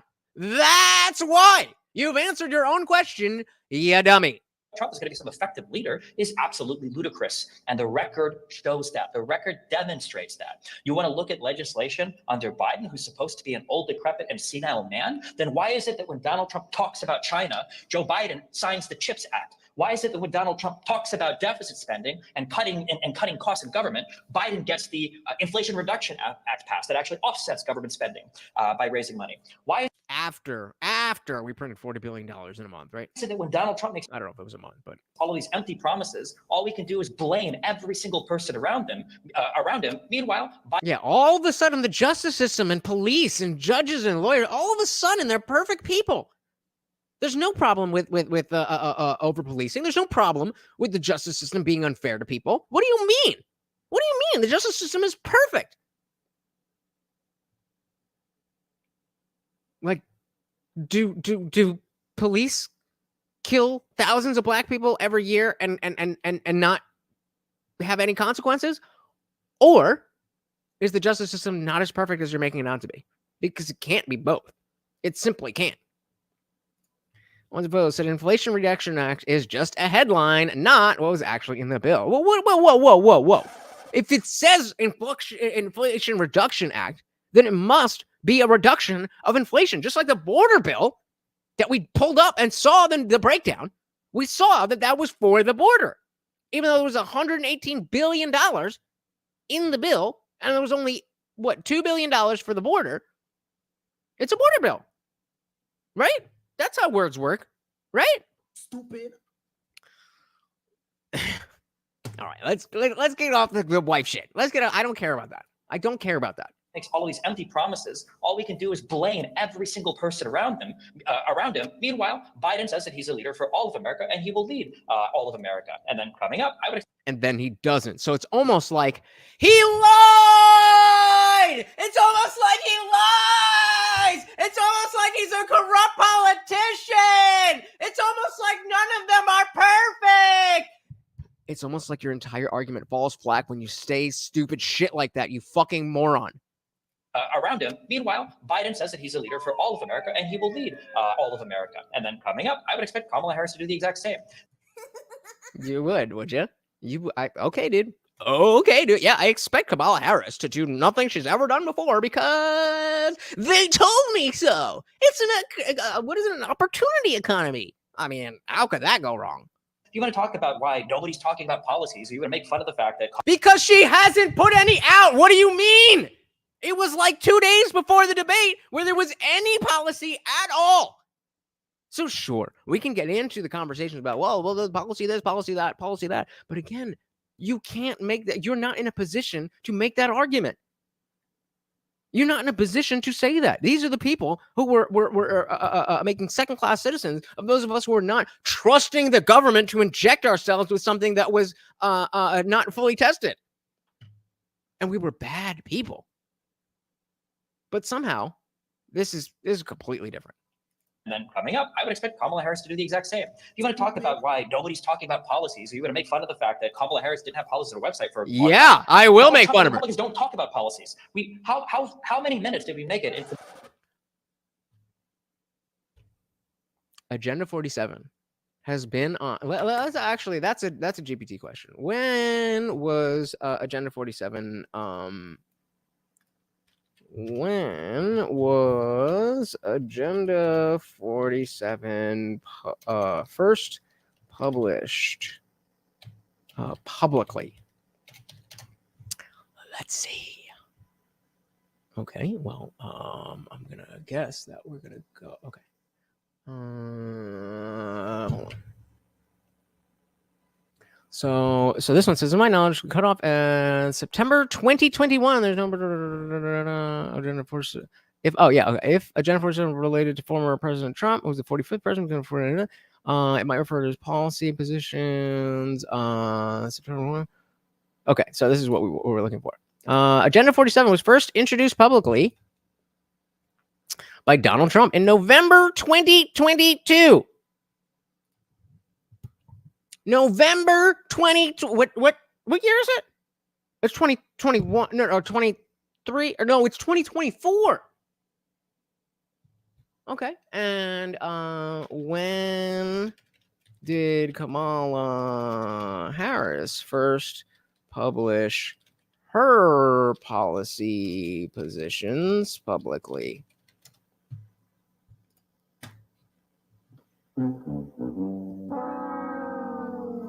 No, for as part of her presidential race, she outlined key policy stances on issues like healthcare, criminal justice, climate change, and education. These positions were highlighted through speeches, debates, and campaign materials leading up to the withdrawal in 2019. Okay, so we're going back to 2019 of all the things that she no longer stands for, so those don't count. No, I'm talking about her current policies that she plans to run on in her presidential run for 2024. Searching. Publicly shared her position. That's not what I asked. I said published publicly, not shared. You can already see the bias. But no, there's no bias here, right? There's no bias here. I asked when Donald Trump did and gave me a date. I asked when Kamala Harris did. And, well, she publicly shared. So these policies. So that's not what I'm asking you. I'm asking when these positions were made public.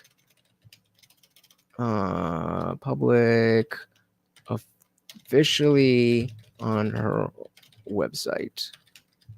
Let's just go with their website.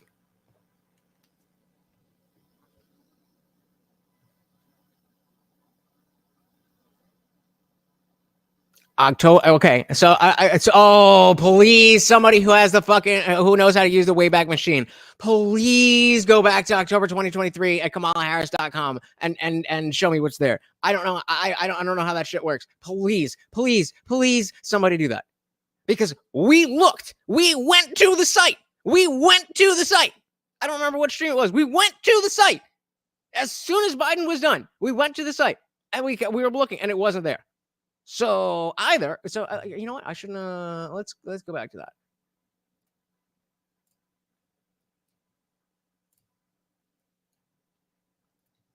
So if I use the Wayback Machine and look at her website, Actually, can you give me a link of using the Wayback Machine to show me those policies? Because I mean, hey, either they were there and she took them off, or they were never there. Kamala Harris's 2024 campaign policies were likely made publicly available on her official campaign website shortly after her announcement in July 2024. Because why the fuck would she have current policies in 2023? But moving on, her current platform includes blah blah blah blah blah blah blah. If you're looking for dates, let's see. All right, this is a current website. This is not the Wayback Machine at all. And again, I don't know how to use this. So somebody do your thing. October 2023, she had plans as her president, her presidential run in what did it say? October 2023.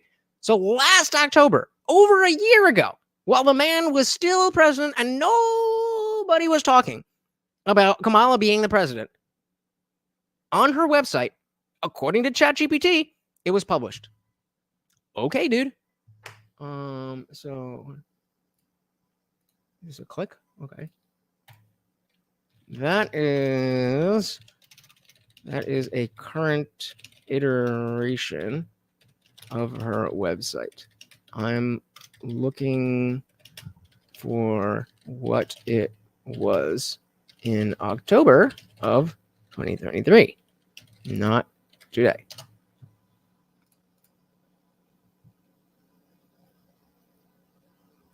And this is the thing. I love ChatGPT, guys. I wasn't able to find an exact archive of Kamala Harris's campaign policies from October 23 on her website. But you can use the Wayback Machine.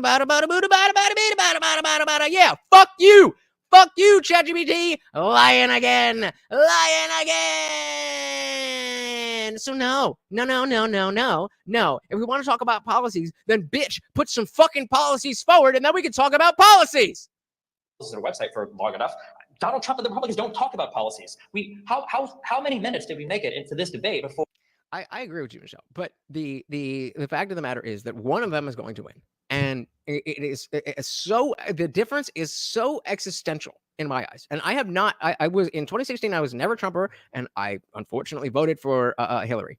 And I was so distraught over being dragged into the propaganda that I was like, okay, I am never voting against anybody ever again. Not happening. My vote is something that needs to be earned. And so 2020, I abstained because I was like, I think, I've been lied to, and I think Trump is the right guy, but I'm not sure yet. So I'm holding back. I want to make sure I know what I know before I cast a vote. So next month will be the first time I ever cast a vote for Donald Trump. And it's not because I think he's some savior. It's not because I think he's going to be some messiah.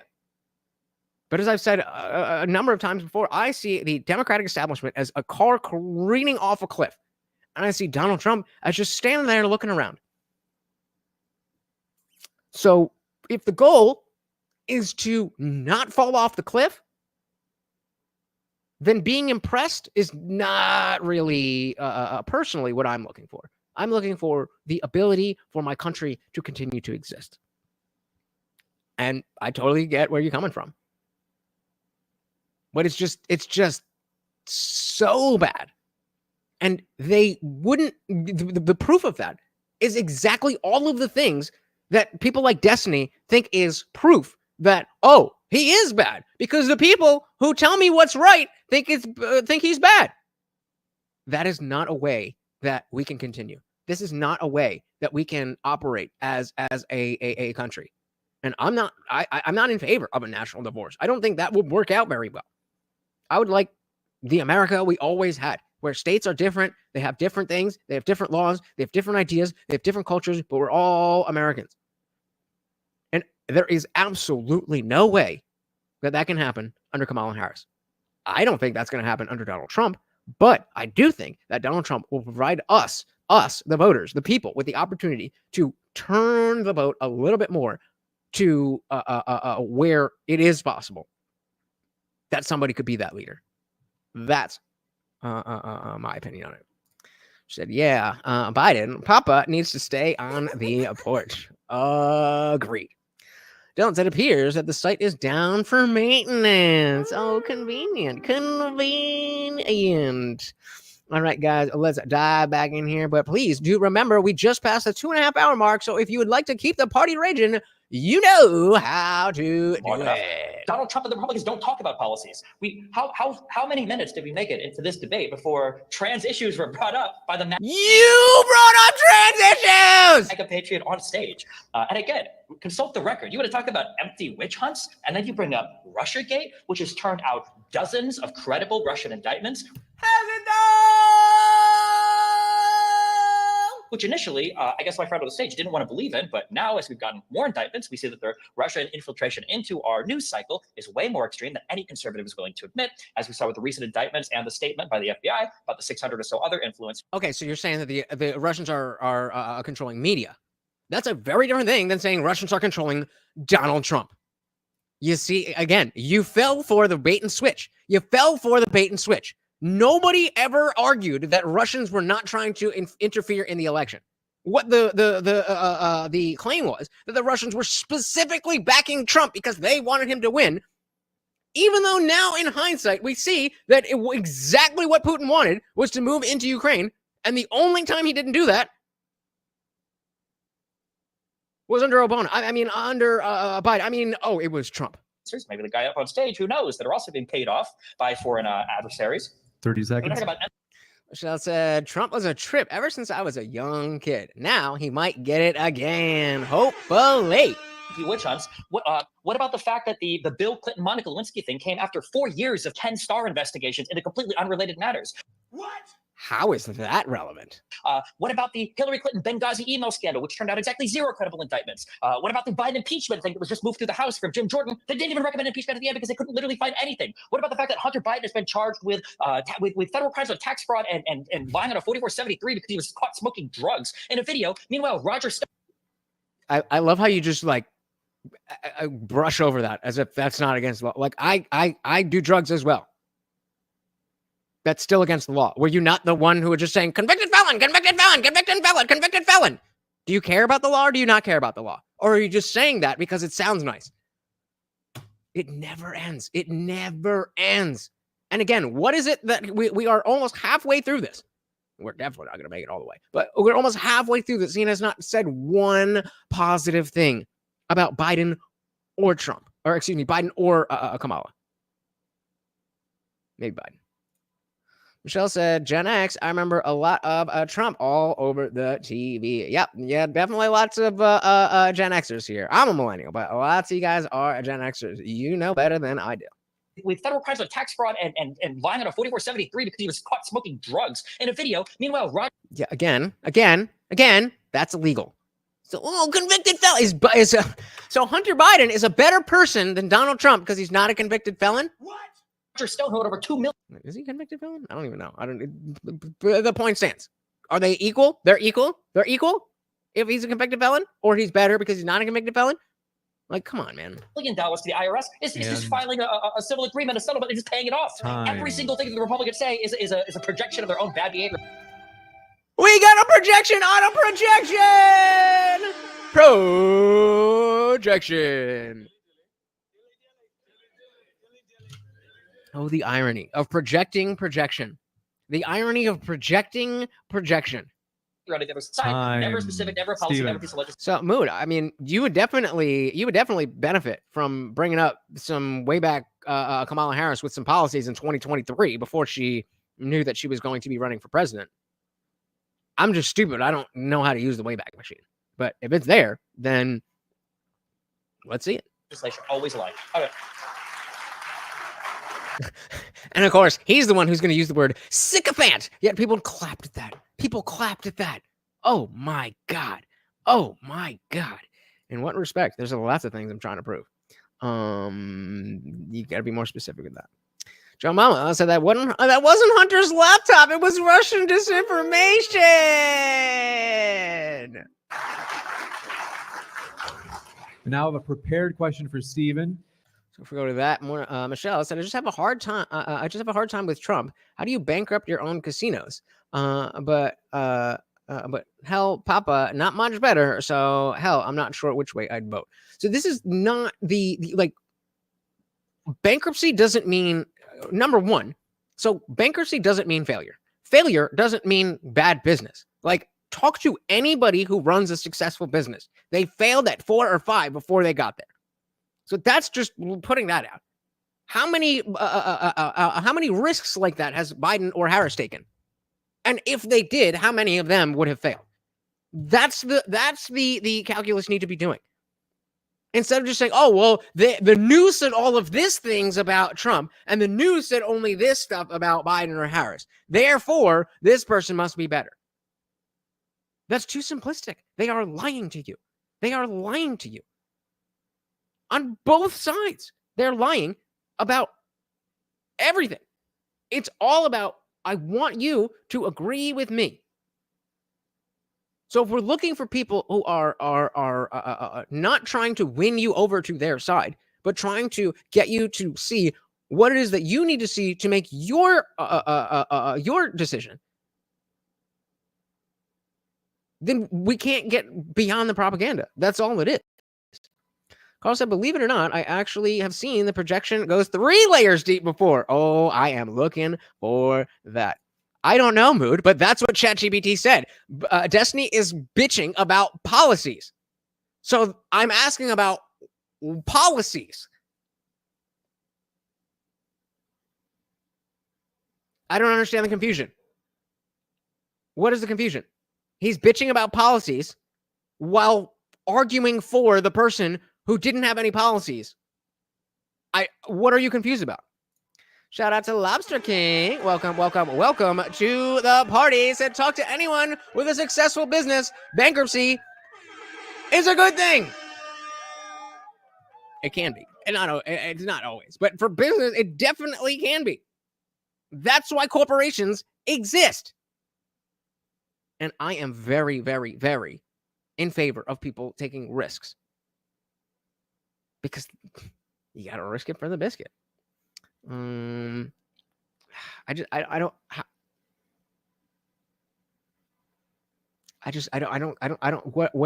are you? How do you get from the casinos in, like, I'm from Jersey.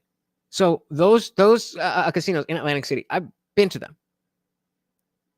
I don't know if you've ever tried to do any kind of business in New Jersey, especially on the Jersey Shore. It's not very friendly. They're not there. Like, I don't. How do you get? I don't want to blame any, because I was there. I was repeating these same things. Oh, he filed for bankruptcy 11 times or whatever the fuck it was, or 6 times or whatever it was. But like, how do we not question? Well, was it the people of New Jersey? Was it the contractors? Was it anybody else? Or must it have been Trump? Did anybody ask that? Or did we just assume that, well, Trump put his name on it, so it must be Trump? And again, if that's the level of thought that you're thinking of, then okay, dude, whatever you say. Right, she has sponsored build and talk policy her whole career. Then why does she suck at it? Trump talks optics, so do Republicans. I say the exact same things to you guys. Are you saying that talking optics is not? You can't talk optics and talk about policy? I don't understand what you're saying. Shout out to Circuit Board. Welcome to the party. Said I take a risk every day. The board game companies know my name. Welcome to the party.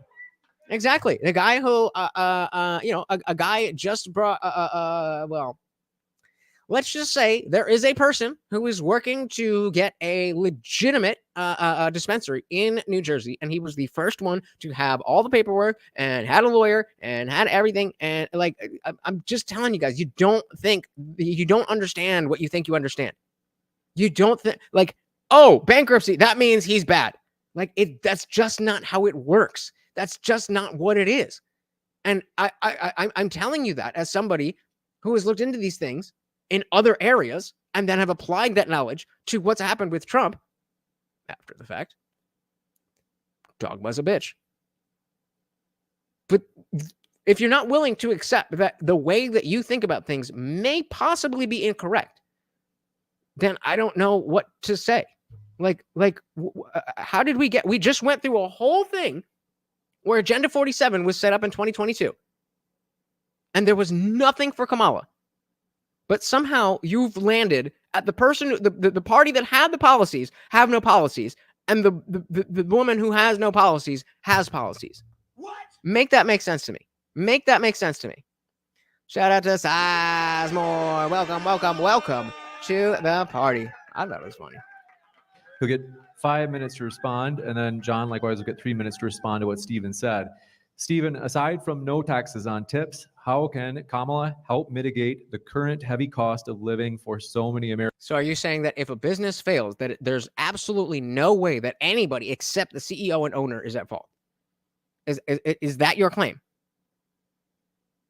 That every business is only on the guy who is at the very top. There's no way that somebody else could mess up. That, yeah, when it comes to the shareholders, that of course the leader has to take responsibility for what happens. But you're saying that's the only person that can mess up in a business? Because otherwise, what the fuck are you saying? Americans trying to make rent or mortgage payments. In other words, are there any sort of blank? Oh, honey, sweetie, baby. Oh, honey, sweetie, baby. So the only person in a business who can mess up is the boss. What? Okay, dude. Blanket policies that might help those who don't make tips. Let's go back to that. Current heavy cost of living for so many Americans trying to make rent or mortgage payments. In other words, are there any sort of blanket policies that might help those who don't make tips? For me personally, I don't know if the tip thing is ever going to pass. For me personally, I think that expanding. Okay, dude. Zoning is probably one of the most important things. I know that Kamala has talked about giving a large credit to first-time home buyers, which would obviously help people that haven't purchased a home before and people that aren't in real estate investing purchase a home. And I know that they've also talked about expanding things or making permanent, rather, the child tax credit for families, and people, especially with children, are some of the people that need homes the most. So ideally, that sort of federal redistribution of wealth to poorer families, especially those with young children that need larger homes, are going to be able to utilize that money in order to buy more homes. These are policies that I would expect would help a little bit. I mean, on the aggregate, housing policy is something that really. Okay, you're going to follow that up? Or are you just going to say no? Needs to be dealt with at the local level, and federal subsidies or federal money back to poor people can probably only do so much. I think that it's probably more important to focus on things that increase the overall health of our economy, like inviting high-skilled or immigrants of low skill that are willing to work into this economy rather than shutting them out. Or we could just get rid of the minimum wage and we have low-skilled workers that are already here and homeless or unhoused. But yeah, go on. Increasing trade so that knowledge, information, patent. Yeah, because Donald Trump doesn't want to trade. Oh, if you want trade, oh man, Donald Trump is not the guy for you. Our ability to export products continues to grow and increase, which grows and fosters a bigger demand for U.S. labor and U.S. technology, rather than what people like Trump and Doyle want to do, which is tariff everything, lock yourselves up, and shut the world down. I think having a strong foreign policy where we can protect straw man, but cool tradeways like the Suez Canal, like Biden did to the Yemens, to the Houthis more explicitly, is important, rather than running away from the world stage and giving it all over to Russia and China and hoping that they look out for our good. No. So the question was, I asked you if you said if a business fails, it's only because the person at the top fails. And you said no. So then what is your point why Donald Trump's businesses necessarily were Donald Trump's fault? I agree with the active ownership. Right. You said no, but then you didn't respond to how it's his fault. A bad businessman works with bad actors, make bad deals, Okay, I agree that he has to own the failure. That doesn't mean that he did the thing that fucked shit up. And you making this argument again just proves that you have never done business in the real world. This is not anything. Okay, dude. And I think that having a friendlier disposition towards the world, where you're willing to help your allies and be a strong leader and foster good relationships, to allow for trade, for education, and for people to really travel from one place to another, I think all would help the economy in a larger way that would help people be able to afford homes, in addition to the explicit federal policies that they set out relating to tax policy. It's almost like I literally said that. It's almost like I literally said that and asked you a very different question. Then you said no. And I was, hoping that you would respond to that. And then you rage quit.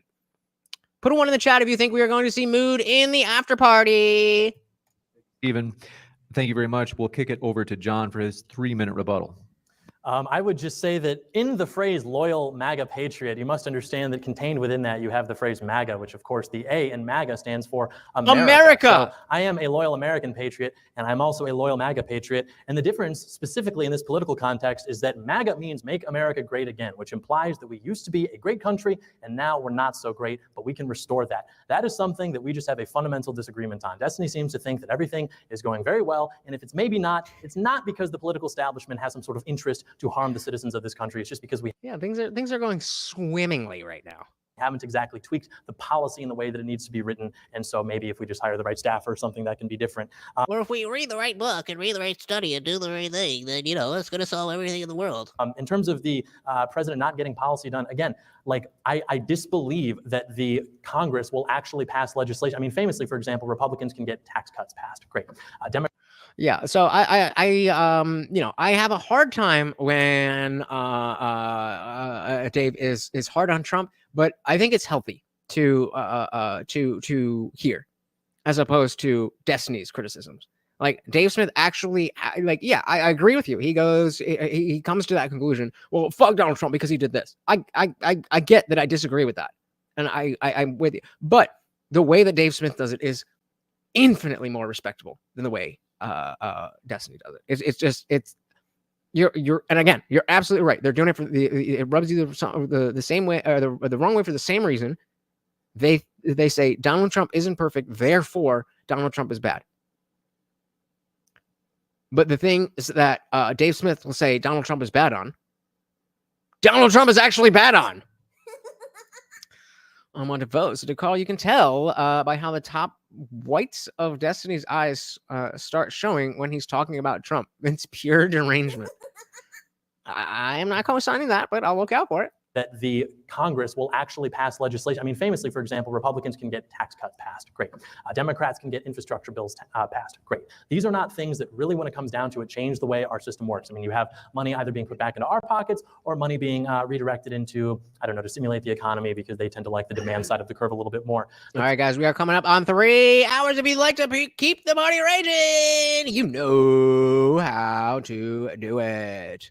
Michelle said, what topic do you feel is important while looking at either candidate? I would say the values of American culture. The values of American culture. The not focusing on things, superficial things like identity politics and race and gender and DEI. That's so fundamental. Meritocracy is so fundamental to America that if you switch off of that, then I don't really know what America means. I don't know what that word means. I get that it refers to this plot of land, and Alaska and Hawaii and Puerto Rico as a territory, and so on and so forth. But in terms of what American culture is,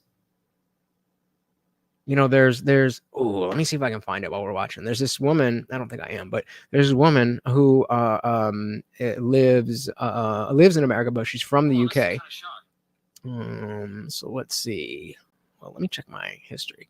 And it's just it's so refreshing to see how she's like, America is a great place. The fact that that anybody thinks that people aren't friendly and all this kind of stuff is just not true. So give me a second here. Let me scroll through. Actually, let me let this play and let me see if I can find it. The president is the chief executive. Donald Trump can get in there and he can still legislate, through the executive branch and get things done because his job is to enforce laws. The laws are on the books. Joe Biden's administration is giving orders to those bureaucracies to not enforce those laws, to literally remove barricades from the southern border that were otherwise there so that migrants can come into the country illegally. And again, we did it on day one, catch and release. These people are just in the country. They're criminals. They're other, I mean, some I assume are good people. But the point is, we don't know who these people are, and our government should be accountable to the American people. I mean, even as someone who's pro-democracy, I should think that you should appreciate that more so than this idea that we're somehow reliant on immigrants, let alone for labor or something. So, okay, let's see what we're talking about. And then I found exactly what I was looking for. Sanpaku eyes.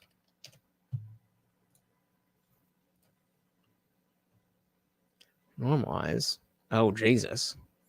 Oh, Jesus. Let me see an article. What are we talking about here? Visibility of the whites of the eyes. Okay. Which is, oh, I gotta pee. Excuse me.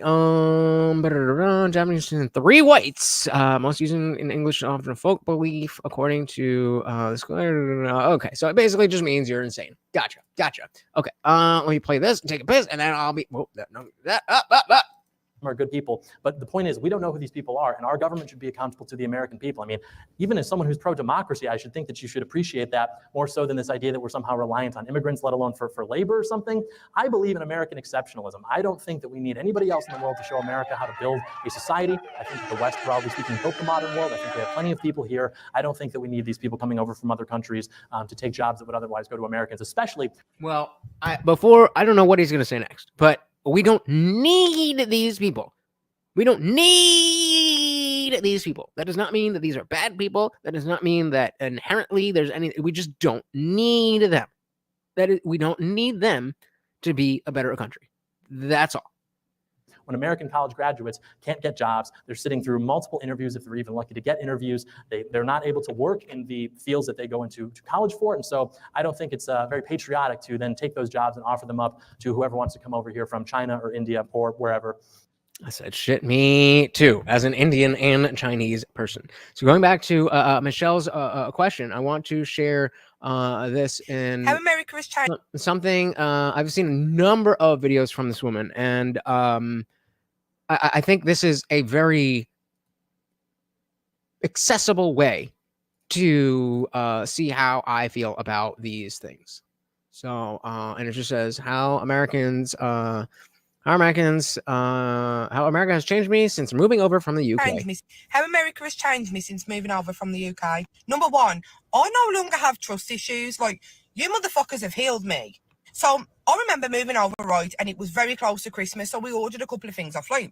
And I was like, oh, what day are they going to come? Like, we need to be in. And Mark was like, oh, we don't need to, like, wait for the delivery. Like, they'll just leave it outside. And I'm like, what? Like, well, no one's steal them. He's like, no. Like, no one's going to steal them. And I was like, what? Like, the level. In before somebody who lives in a Democrat city is like, what? Maybe some places. Yeah. Full of trust that you guys have among each other, like, has healed, like, my soul. I remember doing, like, pumpkins with my son for Halloween, like, carving them and, like, putting them outside. The very next day, they was gone. Put a 1 in the chat if you have seen Halloween decorations so far this year. Like, carving them and, like, putting them outside. The very next day, they was gone. Someone had robbed my like, they had our names in, Mom and Keegan. Like, where are you taking them? My friend had a wreath made for Christmas for her front door. Like, hundreds of pounds he paid for this wreath, like, specially made. It was robbed the very next day. Like, she went to bed, woke up, it was gone. And put a 2 in the chat if you've seen any Halloween or Christmas decorations get stolen. Over here, people will literally have thousands of pounds of, like, inflatables on the front yard for Halloween, Christmas. Like, it's amazing. And, like, no one takes them. And it's like, this is great. It's almost like America is an amazing country. I was thinking about this today. When, like, how did they get to the place where saying America is great is a bad thing? That's all. Number 2, I feel like I'm a much nicer person than I was before I moved over. Not like I've always, like, I was horrible, but, like, I just feel like people are so kind here, like, in a different kind of English people, we're lovely, but we're very blunt, right? Like, people just find the good in you here all the time. Like, I can literally go into the store like this, have a mess, bomb mode, boom. And so, like, I literally went into Foot Locker earlier to make an exchange. And the girl, like, one of my nails is missing. That one's, like, messed up, right? I need them done. And the girl literally said, oh my God, I love your nails. Like, I feel really paranoid about how these look right now, but she just made me feel, I was like... So, I mean, the point I'm making is that this is a very small example of something that is very real in this country that maybe isn't as tangible and as easy to articulate as some other things, but it absolutely exists, is absolutely important, is absolutely at risk, and we absolutely need to preserve it. And the Democratic Party is not looking to conserve it. Maybe the Republican Party is too willing to squeeze people dry. But comparatively, there are two different levels of issue. She's saying British people suck. I mean, maybe. And I mean, again, maybe she's, I don't know exactly where she's from in America. But like, that's the point. Michelle said, if I wanted to get rid of something, I set it by trash and no shit. 6 hours later, poof, gone. Okay, but that's garbage set by the trash. She's talking about just Halloween and Christmas decorations. And like, so I was saying, I have Halloween decorations everywhere. A 6-foot tall dragon on my front porch, projection lights, just kidding, and everything. I get compliments, not thefts. Also, I know it's England, but if we're importing British chicks, they should at least be a 7. Oh my God. Come on. Oh man. I got to dilly-dilly up for that one. You're a funny guy. All right, let's finish up to hear what she's saying and then head over to the after party. Thanks. Like, and then I kind of made a put, because people are just so, and it's made me kinder. Like, I am generally kind of like, I want to find the good in people all the time and I want to compliment them. Like, I just want to compliment you. Like, I want to be nice. And honestly, I feel like American people get bad rep of being, like, really over the top and really, like, but they're really not. Like, they're just dead nice. They're dead nice. Like, they're literally, if you're having a bad day, just walk into Walmart and the person that's, like, saying, hey, welcome to Walmart, them alone will make you feel better. It just makes you a better person. Number 3, ranch. Oh, my God. How did I do 28 years without it? Now, apparently they sell it in England now, but it's not something I was raised on, do you know what I mean? You don't go into, like, a restaurant and they throw out some ranch. Like, like, my husband's birthday tomorrow, so we went for some lunch together. And the woman was like, do you want me to bring out some ranch with that? And I was like, you don't have to ask me twice. Bring me out 2 bowls of ranch. Ranch is fucking delicious. It is so good. Like, I'm going back to England in a couple of weeks, and I'm like, restaurants ain't gonna have ranch. I'm gonna be like withdrawing from ranch. Like, I need it IV'd into my veins. My love for... Really quick, we are going to finish this up, but the person I was talking about who is currently trying to get a business running in the Jersey Shore should be in the after party. So if you think you know what you know, maybe talk to him and see if you're wrong. Fall. And yes, I call it fall. I do not call it autumn anymore because fall just seems better. Like, I would never... Just like everything in America, it's better. Ever in a million years when I lived back home, like, even so much as get a fuck that the leaves was falling. Like, I was just glad that the summer was kind of ending and I could, like, I didn't have boot sweat anymore. But now it's like, fall, I'm in Target, I'm looking at pumpkins, I'm in 5 and Below, and I'm like, the whole house is fucking orange. But I love it. Like, I love how people are dead passionate about it here. Like, why are we not as passionate back home? Like, give me that passion. I want that passion. So, again, it may seem silly about this particular example, but this is a microcosm. And again, she has a whole series of these. And she's just one person. And again, she may be living in the best place in America that is irrelevant. The things like what she is talking about are the things like what I think are at risk. And I'm happy to discuss those things. I don't think you're a bad person if you think differently. I just think it's wild that you could get to a place where you think that this kind of stuff is absolutely unimportant. Do I think specifically Halloween decorations are important? Of course not. It's what it represents. what it represents. Well, given that my parents were married in the UK, I don't know how that would work, but I wouldn't be against it. So the soul said, fuck yeah, I love passion about Halloween decorations. I'm sorry they don't have that where she's from. That's what you get with America. That's what you get with liberty. That's what you get with freedom. That's what you get with community. And that is the American identity that is at risk. Shout out to Right Click. Welcome to the party. So share these in the after party. I need the positive American vibes. I can absolutely do that for you. Actually, I just put it in the free chat. So even if you are not a member, it is right there for you. And like I said, go to her page. She's got a bunch of these videos. So thank you so very, very much, all of you guys, for hanging out. I really, really do appreciate you. Even if you were not able to open your wallet, this is a free show, guys. It is absolutely free. But, you know, the world's got to turn, and we're doing big shit here. So if you are able to, then supporting this platform is going to go further than probably anything that you could spend money on other than like a hooker for that night or something like that. This is where you want to be. And if you can't, that is totally fine. This is a free platform. Discord is a free platform. There are benefits for people who can't afford it. Unfortunately, that's the way the world works. I wish I could give everything for free to everybody, but then how the fuck would I eat? But that is what I'm looking to do, is to build this to where I can continue to give you more and more and more and more and more and more and more and more. That's all I want. All I want. So let's give a big shout out to those who did donate. We had Mike's shitty internet provider with 2 different super chats. We had Carl's Frosted Tips with a $4.99. Thank you. We had Soil 2 Soul with another $5. We had Unwanted Foe with the $2. And of course, the sponsor of the stream, Funk Master General. Thank you so very, very, very much, guys. I cannot tell you how much it means to me and to Morty. He loves that shit. I'm gonna, even with all the horns, I feel bad because he's like, oh, does that mean I get treats? Sure, that means you get treats.